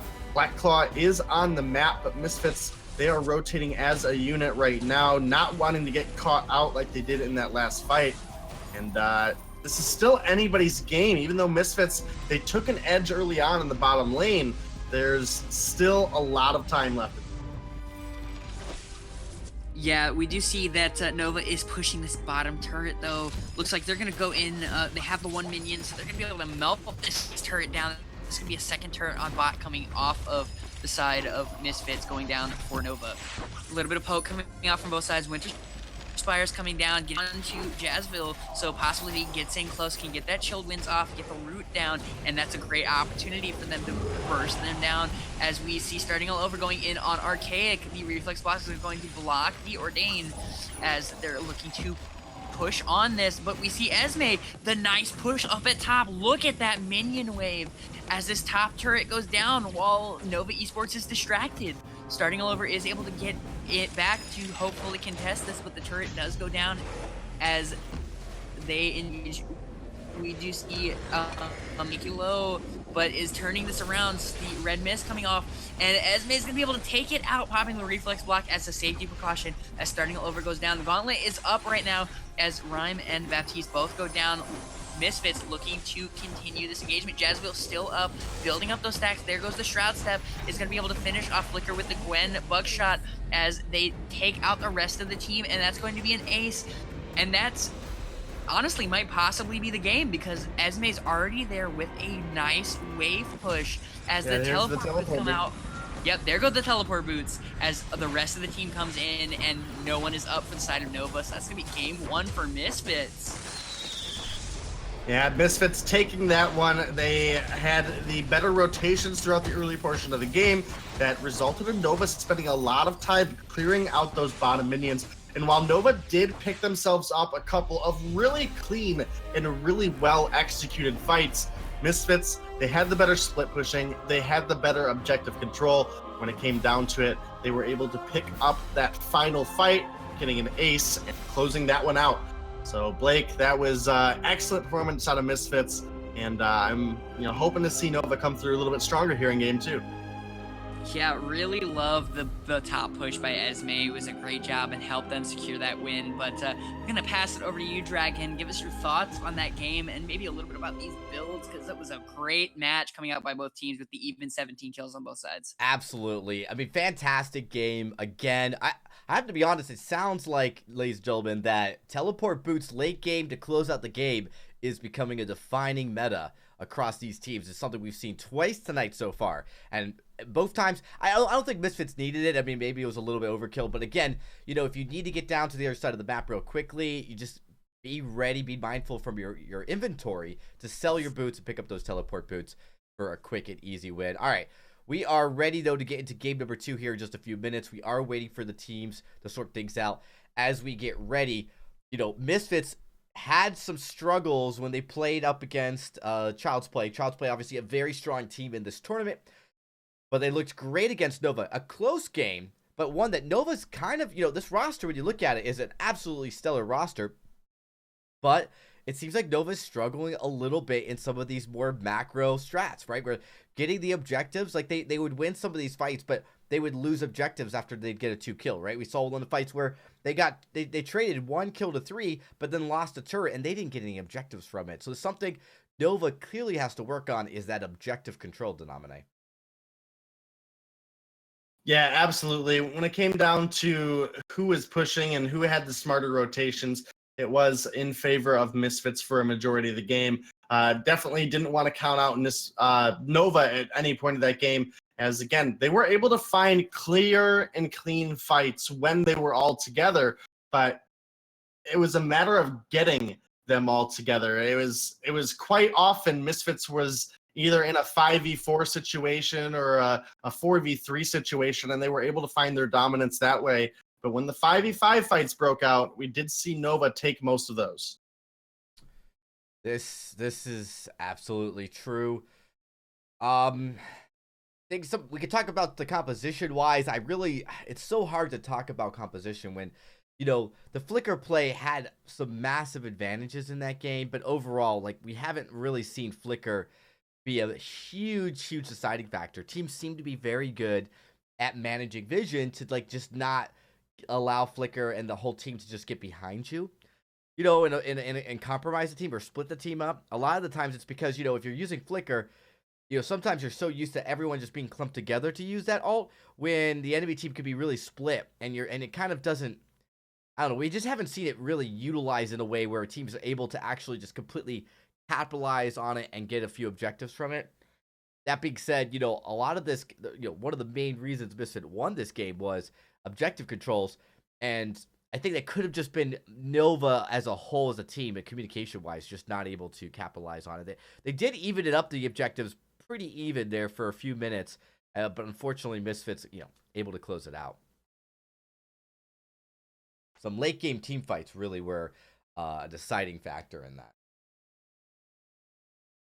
Yeah, absolutely. And, you know, specifically the 4v4 that broke out, and while Esme was pushing top lane, he was able to bring down, starting all over in that 1v1, the breaking point stacks building up. He was able to use the sonic zoom to get out of the red mist, right, cleaned up that kill. Then the rest of the team took the 4v4, and then it was a matter of teleport boots in. They were able to close the game out there 17-17, all because they were able to maintain proper control of their lanes. They made the smart rotations, and from there they were able to clean up the win off the back of that fight. Yeah, their minion waves were always, or at least if they could help it for most of the part, especially near the end when they won those team fights, they had their lanes pushed up very well. That's a key indicator that you have better rotation and better map awareness when you're able to make sure your lanes are pushed up prior to a fight. So if you win the fight, you're able to push. If you lose the fight, the enemy team now has to push lanes to get an objective. So that's something we'll see a lot more of, is how teams manage wave control better, make sure they're in the best position regardless of the outcome of a team fight that would happen. And we saw actually in the late game, you know, we had Vox pushing that top turret and able to actually take those turrets and push all the way in while his team was managing a pretty hefty fight. Actually, they came out on top of that fight. When they came out on top of that fight, they had Vox already pushing. They went back, got teleport boots, moved in, closed out the game. And that's exactly how you want to do it. I think we are ready to start the draft, so let's not wait any further. Let's jump right into this, Denominate. The draft begins. And Denominate and Blake helping me out here to break down these picks. Yeah, thanks, Dragon. Definitely, great first match, and really looking forward to this next one. We see, the Fortress band coming out. We've been seeing that a lot in these last few matches. It's a really strong band. Being able to get that attack of the pack out is really strong for those team fights, and so knocking that off the board is good. The Samuel knocking that out, the really great backliner, the massive burst damage, the AoE can just be really great. And there's the Churnwalker. Now, I personally, I like seeing Churnwalker in 5v5. He can be really strong if you can get those hooks and chains out, plus the Pass can be really great for those team fights.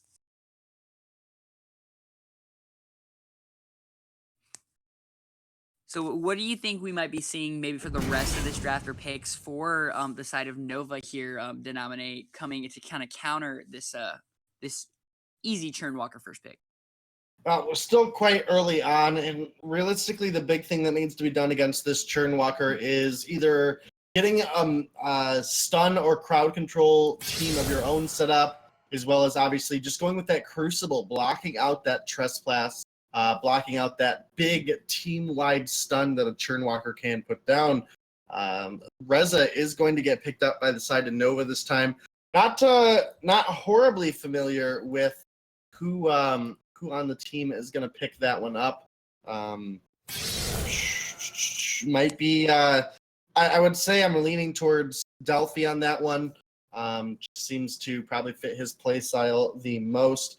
Does look like we have a substitution as we've got Xenotech coming in here for the side of Nova. And looks like we're going to have the same lineup for the side of Misfits. And with the Idris on the board, the Idris for Misfits actually worked out really well last game. Jazzville had a pretty substantial performance. Even though the team did end up going triple weapon, they were able to overcome it based on some good comboing that came out of Jazzville on that pick. Yeah, Jazzville did a great job. Once he hit that, like you said, the big spike for CP Idris, that Dragon's Eye alternating current did a lot of damage, and we see the Vox pick up, followed by a Gwen for Misfits. I like the Vox. Keeping that away from Misfits, because CP Vox Churnwalker can be very deadly. Being able to get not the burst, but the damage coming from the basic attacks as well as the resonance and being channeled between those chains can just destroy a team like that. Yeah, you're absolutely correct about that. We've got a Gwen and a Baptiste now coming through for the side of Misfits, and we've got a Vox here over for the side of Nova. Again, a hero that we really see Truth in starting play the most. And we'll have to see if they're able to get onto that hero this time around, and if they're able to have any sort of impact with it. A Celeste now picked up as well, and that's one that's starting definitely at one point in the competitive scene, claimed to be the best Celeste in the world. So we'll have to see if that goes into his hands or not. Yeah, definitely would be something I want to see starting play, because seeing his Celeste, I've seen the magic that he pulls off with his Celeste, and it is a sight to see. Being able to see that in this tournament, in this match, to possibly bring it to a third game, you want to bring it your all, and him on the Celeste, I think, is one of those options they have towards bringing it back. Yeah, you're absolutely right there. Definitely a possibility. Definitely the ability to splash out a lot of poke damage as well, and make it difficult for Churnwalker to try to set up a play for his team. We now have an Alpha and a Taka taken off the board, so we're down into the last round of picks here. And looking at what's left, we obviously still have the Glaive on the board, and that would be a strong pickup for either of these teams at this point, as well as we actually have Kashka on the board still as well. And while she does fall off pretty heavily in the late game, the early and mid games, she can absolutely dominate the jungle. But it is a Black Feather picked up here. And now last pick on the board for the side of Nova. They need to make this one count. They're sitting down a game to Misfits here. Yeah, definitely this pick matters, and 5 seconds. We're gonna see what it is. Can't wait to find out. It's gonna be so crucial for this match as we see the Lorelei come out. Now, Lorelei you do not see very often, but is can work wonders in 5v5.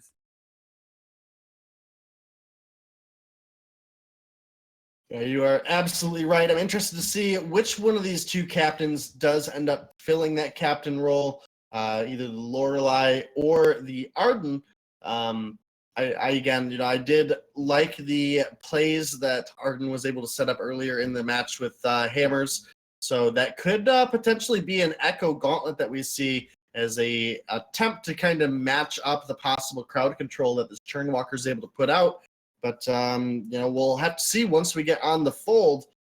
And Blake, I mean, are you favoring any of these drafts? Are you thinking it's going to swing the other way this time, or do you think Nova is going to get knocked out here 2-0'd by Misfits? Oh man, it's really close to call. Both teams and drafts are just they're neck and neck. I think draft wise, I'm favoring slightly to the side of Misfits.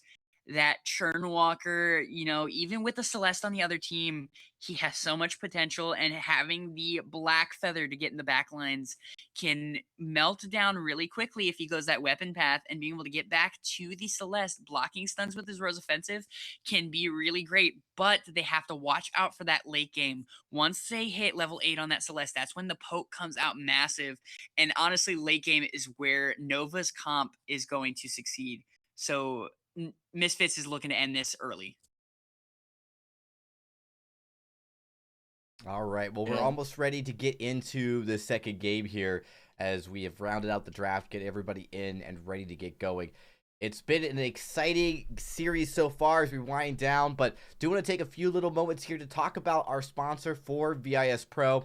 It is, of course, Mob Crush, but maybe not the Mob Crush you guys are used to hearing about. Mob Crush now is a streaming platform to stream on all of your favorite channels, not just Mob Crush. You can now stream on Facebook, YouTube, Twitch, the whole spectrum, all your games, wherever you want, including right from your own device. It's an awesome new platform. Make sure you guys check them out. They are our premier sponsor for the VIS Pro League, and we thank them for their sponsorship. Again, go make sure you check out Mob Crush. If you want to get into streaming and you're not sure how, they can set you up. And with that, we are just about ready to jump into our final game here of the night. It's going to be pretty exciting. As I said in chat, Potential final game. I should say, yes, right. We don't know. I should say, though, I am going to be doing a random gift subscription to viewers in the chat. It's going to be completely random. And it is just a surprise thing. We want to thank you guys for tuning in.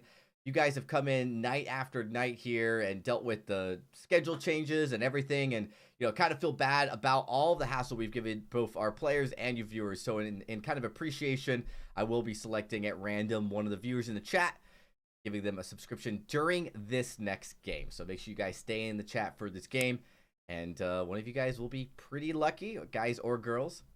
So without further ado, though, I think we're still waiting for a substitution. There was one made or requested prior to draft. Now I got a quick question. I am witnessing this in the party firsthand, so I get to go in the drawing too, right? No. I'm kidding. It'll be only non-VIS staff casters, yeah. Don't worry. But it's not drawing, it's just a random gift. Yeah, I'm just randomly clicking, not even reading the name, so it will be just someone random in chat. But you got to be in chat. That is going to be the key requirement. You have to be active and in chat, and then the gift will come out. It's just a nice gift, that's all. No raffle or anything like that. No complication. But I really do want to thank the viewers out there then, and I hope you're enjoying the stream, because man, these series we're putting out some intense matches coming out in games, and it just gives me goosebumps watching some of these team fights go out in these matches.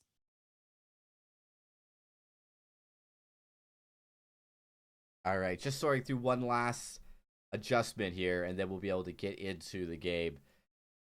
The game you guys are probably winning. It could be our last, might not be, though. Nova's got to pull this one out. They did make some key substitutions. This is something we saw them do before.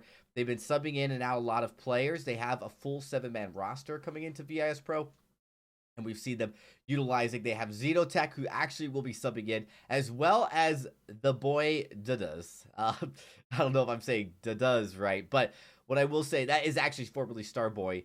You know, he one of those pros who actually he's not particularly famous for name changing, but this is a case of him pulling out a name change here midweek. We will deal, but Xenotech and both Starboy subbing into this roster could make a significant difference, as I think Nova's trying to find that balance of what works for them. Yep, and I just got to point out my favorite skin, that on ice Vox. The Vox on ice, one of my favorites, and always great to see that in a match.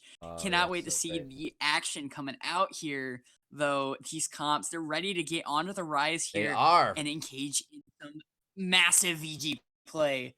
I can't wait. Yeah, well, let's get it right now. Blankinator, Denamine, let's jump into the rise as we get for game number 2 between Misfits and Nova Esports. Early aggression here starting, Blake.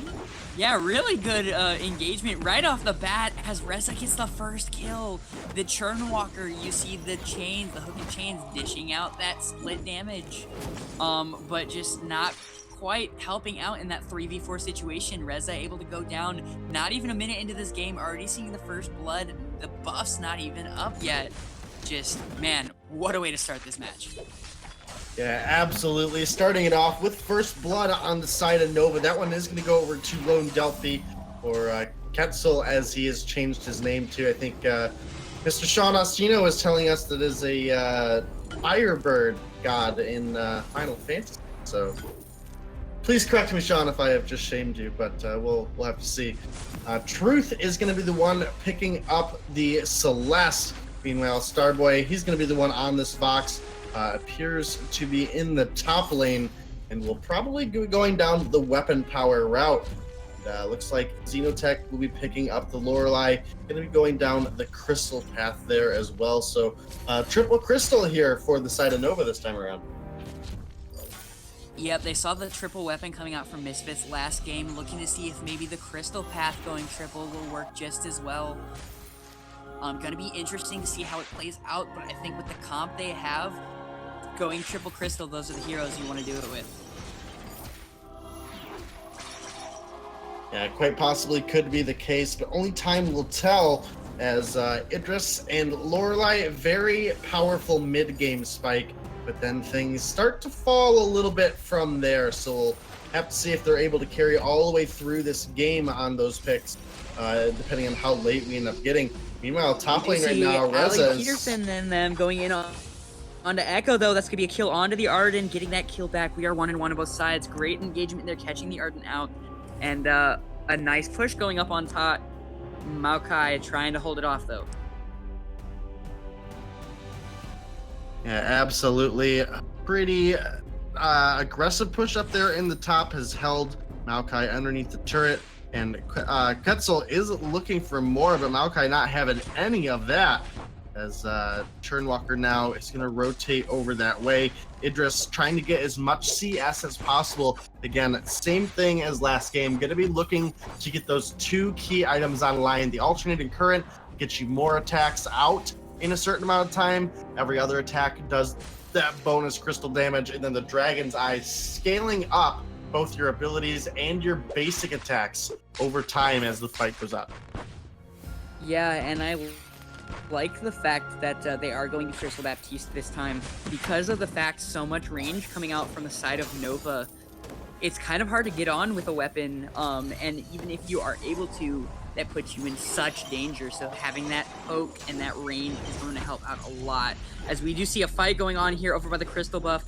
The Vanguard comes out to help Quetzal out. Jazzville is getting low, but there goes the Chakra, and the pole comes down as we see Celeste getting extremely low. The hook and chain, the transfer damage almost taking out Quetzal, but he's able to dash away as Baptiste comes in and finishes off the kill on Celeste. Yeah, absolutely.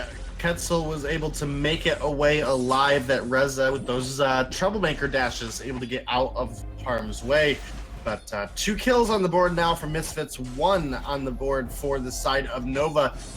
They were the ones to pick up that first blood, though, and get that little additional bounty over Oh, into nice this. engagement there. We just see Esme getting low as the Vanguard comes down. Ali Peterson, the only one left alive there. The hook and chains transferring a good amount of damage. Though we see Jazzville coming down to help a bit as the Chakram comes down. Look at the transfer damage. Ketzel getting really low. But Once on again, that the sliver.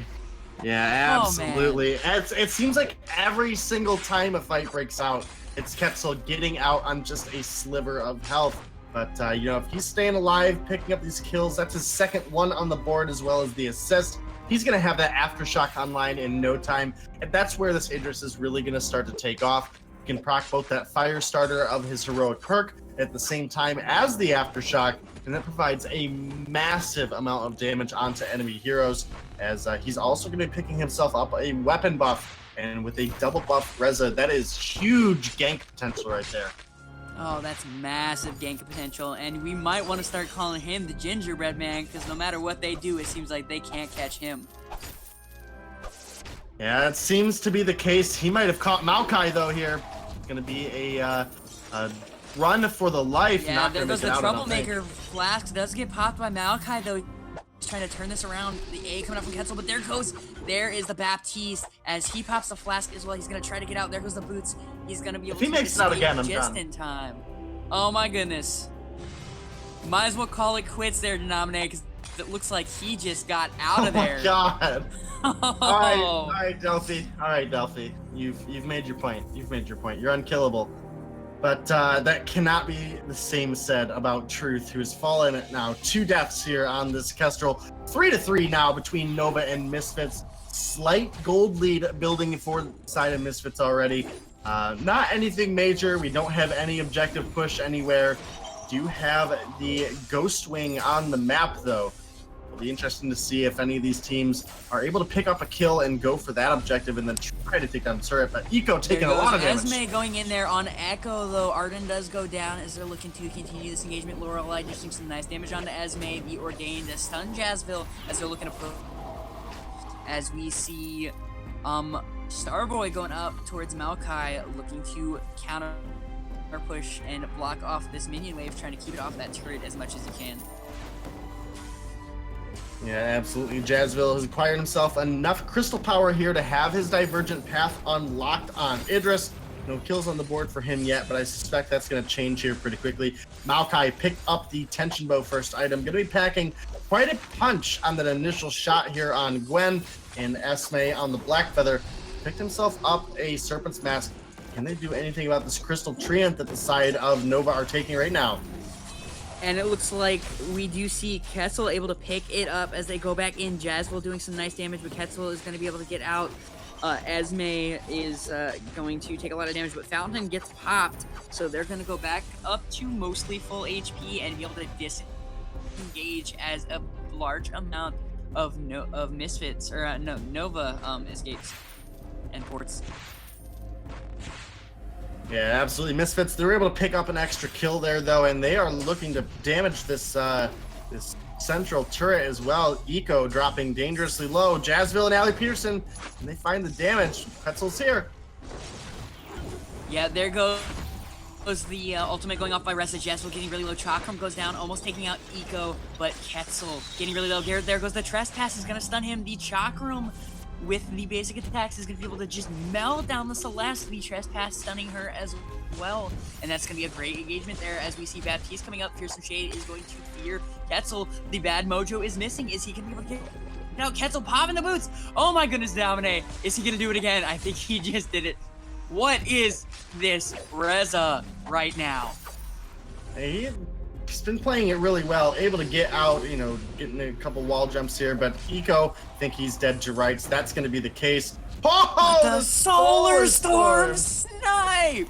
Holy crap, great job there by the Celeste. Picking up at least a kill to collateral for those losses they had. Whew.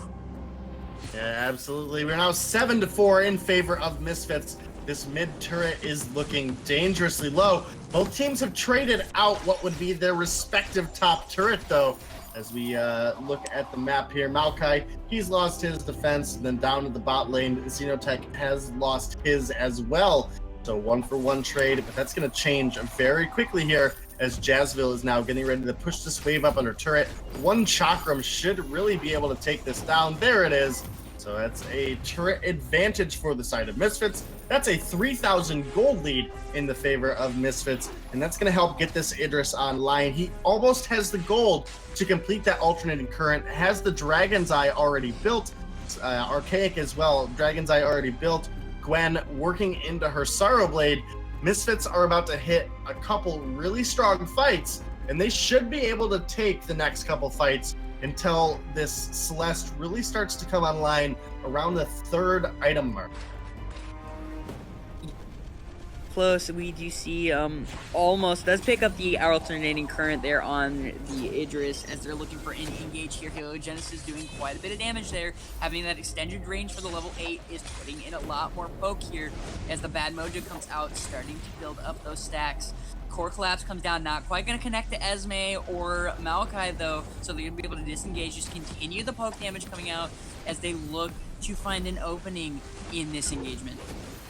Absolutely, Nova. They were looking to get some aggression down here in the mid lane. They're not going to be able to get a whole lot aside from a couple minions slapping onto that turret. Got a 4v5 here in the mid lane. Meanwhile, Maokai on this Gwen is pushing this bottom lane up. Can he take an objective while his team holds off the opposition? And it looks to be what he's going for. They'd obviously get the call out on a rotation, and nobody from Nova's making their way over. Here we go, Archaic's low. Nova going in on the engage, wait for it, comes down. There goes the gauntlet, not quite gonna stun anyone as Idris takes out the Reza. Arden going down next as Xenotech gets taken out off, followed by Vox. That's a quad kill coming out for Misfits as Gwen pushes that bottom turret and continues to push this 3rd turret. Having a fresh wave, it looks like he's gonna be able to easily take it because Celeste is trying to protect that mid lane and the rest of his team is down. There's nothing they can do to stop it. Yeah, absolutely. Maokai, he's going to go ahead and get this turret. And in the middle of that fight, you know, that's something we have to keep in mind here, is that the side of Misfits won that fight as a 4v5 with Reza going in there, Maokai getting low, trying to at least take out Celeste in the process, but not quite going to finish him off as the Ordain comes out on a Quetzal.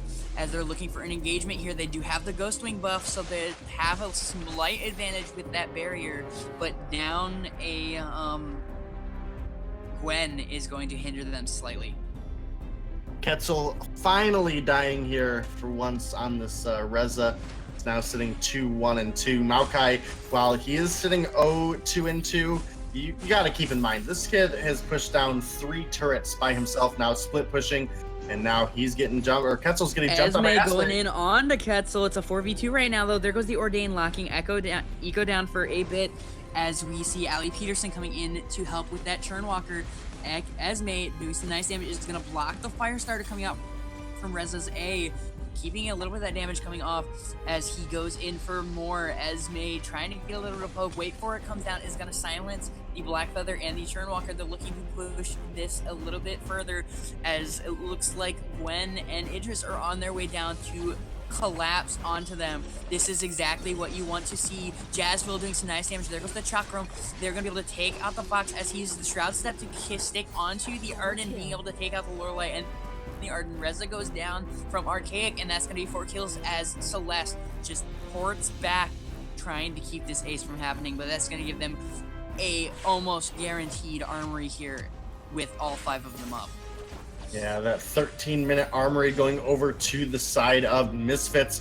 Unfortunately, Truth just hasn't really come online enough yet on the Celeste. With the Eve of Harvest first, Dragon's Eye second, does take quite a bit of time for the Celeste to scale up some damage. We need to see some good initial poke coming out of the Celeste, build up a couple stacks of that Dragon's Eye, and then decide to pick a fight. Until then, they need to play cautious, or until the Celeste is able to get maybe a Shatterglass or a Clockwork online and really start to have an effect that way. Because as of right now, it's a single turret for 4 in favor of Misfits. Misfits, they're sitting up 9,000 gold in the lead in just 14 minutes, and they're looking to take another turret right now. Yeah, you see the damage coming out from Jazzville. The Broken Myth is up as well, so the Pierce, they're just dishing out so much and able to secure so many of these kills. Getting that first top turret is the start to a nice push going on here as they look to possibly catch the Celeste out as she backs off. Yeah, we've got all 5 members of the Misfits now rotating towards the mid lane, and in fact, making their way down to possibly capture this Ghost Wing as it comes up. That does appear to be what they're going for. They should be able to take that fairly uncontested if their captain decides they want to do it. Looks like they might be baiting out a fight, though. There's Eco. There goes Eco going There down was to Eco. Jazzville. Yeah, now you see me, now you don't, but not in a good way as Eco goes down in that fight, giving them great opportunity to. Now we see Celeste coming down. Jazzville, the Chakram with the basic attacks. Holy crap, Celeste going down super quick. Go swing, not a problem. Easy pickup by the side of Misfits as we see Esme going in onto Vox, missing the on point, not quite connect, not giving him that barrier, but the barrier from the Ego Swing is enough right now as it looks like they might be going possibly for a Black Claw. Looks like they're thinking about it. Yeah, they should be able to do it pretty easily. They have themselves the Ghost Wing buff, and Misfits are not really around right now with the exception of Vox, who's farming his jungle. That's a free Black Claw going over to the side of Misfits. In fact, I'm not even sure that Vox knew that was going on at that point in time. Now at the side of Misfits, they're grouping together in the lane. This is the first time tonight we actually see a team get Black Claw and make a push with it. So we'll have to see just how far they can get. Again, side of Misfits, they are sitting up 4 turrets right now. Now 5 turrets over the side of Nova, and this Black Claw is still quite healthy, looking for another one. Yeah, we do see Chakram goes out doing some nice damage. He's going to block the wait for it coming out from the Vox. Esme going in with the Black Feather, looking to do some nice damage. You see the mid turret does go down.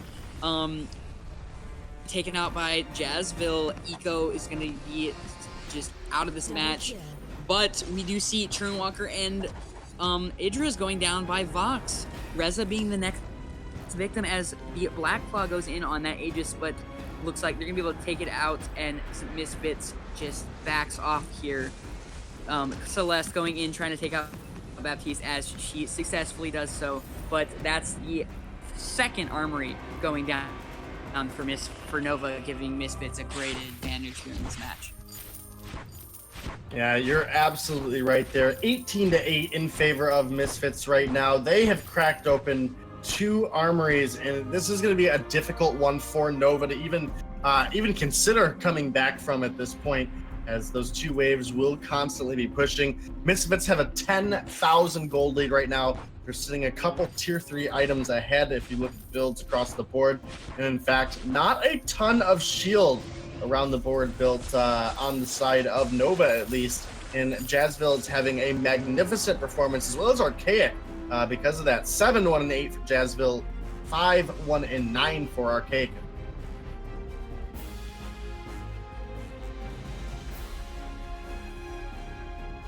Yeah, and that's just, the massive damage coming out from Jazzville. Now having the Eve, though, is going to get sustain off of all of this damage, which means that close fight they had at the Aegis, it might turn out a little bit differently, having that little bit of sustain coming out, as well as just having the backline support from the rest of the front line from that Black Feather. Black Feather having the double buff right now is going to be a great opportunity for them to engage here for a team fight. Yeah, definitely could be looking for it. They are going to go ahead and pick themselves up that Ghost Wing, unless if a Miracle Steel can come out of the side of Nova. Ghost Wing is captured, and now the side of Misfits, they have an even bigger advantage than they did before. Esme blocking the core class with the Rose offensive. We do see them going, Reza going on to the Idris, but just gets melted down by the Black Feather. Reza goes down. As we do see Jazzville going in, is going to be able to finish off Lorelei. Next is Arden, and it does not look like Celeste is going to be able to hold out long enough. A Ghost Wing buff being on all 5, as there's just a bare Aegis there. That's going to be game 2 in the series for Misfits. Yeah, that does look to be the case as Misfits close that one out 2-0. As I mentioned at the very beginning, this team has looked really strong so far through this. They did drop down into the elimination bracket, but it was to a pretty substantially strong team of, I believe it was Child's Play, if I remember correctly. I'd have to look back just to be sure, but I'm going to go ahead and go there. I'm confident enough in it, I guess. But yeah, you are actually correct. 22-8, 13,000 gold in the lead. This Idris just absolutely devoured the health bars of Nova in that past game. Celeste never really got to a healthy enough point to really be that hyper carry that the team needed. As well as, if we look, we have the Aegis complete on Esme and Archaic, who were in that front line. So absorbing a lot of that damage that Xenotech and Quetzal were able to put out, as well as them constantly being in the face of this Celeste. That's where her Heliogenesis and Core Collapse were going to be focused, and that allowed Jazzville to really dance around the fight and just chain together those chakrams in the Shroud Step and the Shimmer Strike. So overall, really, really well played by the side of Misfits. Yeah, Misfits played that extremely well. Idris did so much in that fight, in that match. But man, great match, great series, and I'm gonna pass it over to you, Dragonborn. Give us your thoughts on the rest of this league and just how that match went out. Hey, thank you guys so much. Gotta be honest, this is probably a big win for Misfits as a squad. I mean, the morale of this team, these guys came in 5v5 with a clear mission that they wanted to dominate, they wanted to win. They were no longer satisfied with being a team that lost to all of the top teams in Vainglory, at least on the main stage, right? And they came into this night, they had a really tough time against Child's Play, who arguably is one of the best teams in Vainglory, up there with Tribe. They struggled a little bit. It was a close series, but they came into Nova with a clear mission, executed on it. Their rotations were way better than Nova during this game for both game 1 and game 2. They clearly had this plan under control. I mean, they just absolutely dominated. Game number 2 wasn't even close. They almost closed that game out, sub 15-minute game at one point. It was just pushing in, taking down armories at the 12-minute mark. I mean, that's just a sign of a team that knows how to push their lane advantage when they have one. And that bot lane, they had a clear advantage there for most of this games. Thanks, everybody, for coming out. That does conclude our broadcast for tonight. We want to thank you guys all for watching, for giving the support here, and watching these teams. As you guys are watching some of the earliest indicators of 5v5 meta, some really cool strats we saw come out, double support, as well as late game teleport boots to end things out to like backdoor. Some pretty cool shifts in the meta as we move forward. And again, also dominant hero play as well. Make sure you guys tune in tomorrow. Now, we have a little bit of a schedule change I do want to talk about real quick. And we'll be announcing which teams are playing very shortly. But tomorrow we will be starting a little bit early as, due to some games being pushed back. We'll be starting that at 4 p.m. for some of the elimination rounds and semifinal rounds. Make sure you guys tune in tomorrow a little bit earlier as we get kicking off for more 5v5 action. And then, of course, on Sunday, we'll be closing things out with the finals. You're not going to miss it, ladies and gentlemen, as it's some very exciting matchups yet to come. With that, though, I do want to thank our casters. Thanks, Blakeinator, coming in and casting for his first time ever on VIS. We really appreciate you. Did a great job. And, of course, thanks to the Dominate, as always, coming in here clutch, helping us get things done. Again, we'll see you guys tomorrow. And we did give a gift subscription. Congrats to Emmanuel. He did win the sub, so congrats, man. You've got 1 month sub, and again, appreciation to the viewers as we got through some scheduling issues earlier in the week. Till tomorrow, though, good night, everybody. Make sure you guys have fun on the rise. Taking towers, acing enemies, and building winning decks is a ton of fun, but live streaming mobile games can kinda be a hassle. Software, stream keys, capture cards, and cameras. The only thing you really need is right in your hand, your phone. With Mob Crush, one tap, and you're broadcasting live to all your fans, wherever they are. It's super easy and super free. We'll even hook you up with sponsors so you can make cash while you play. Download the app, go live, get paid. Mob Crush.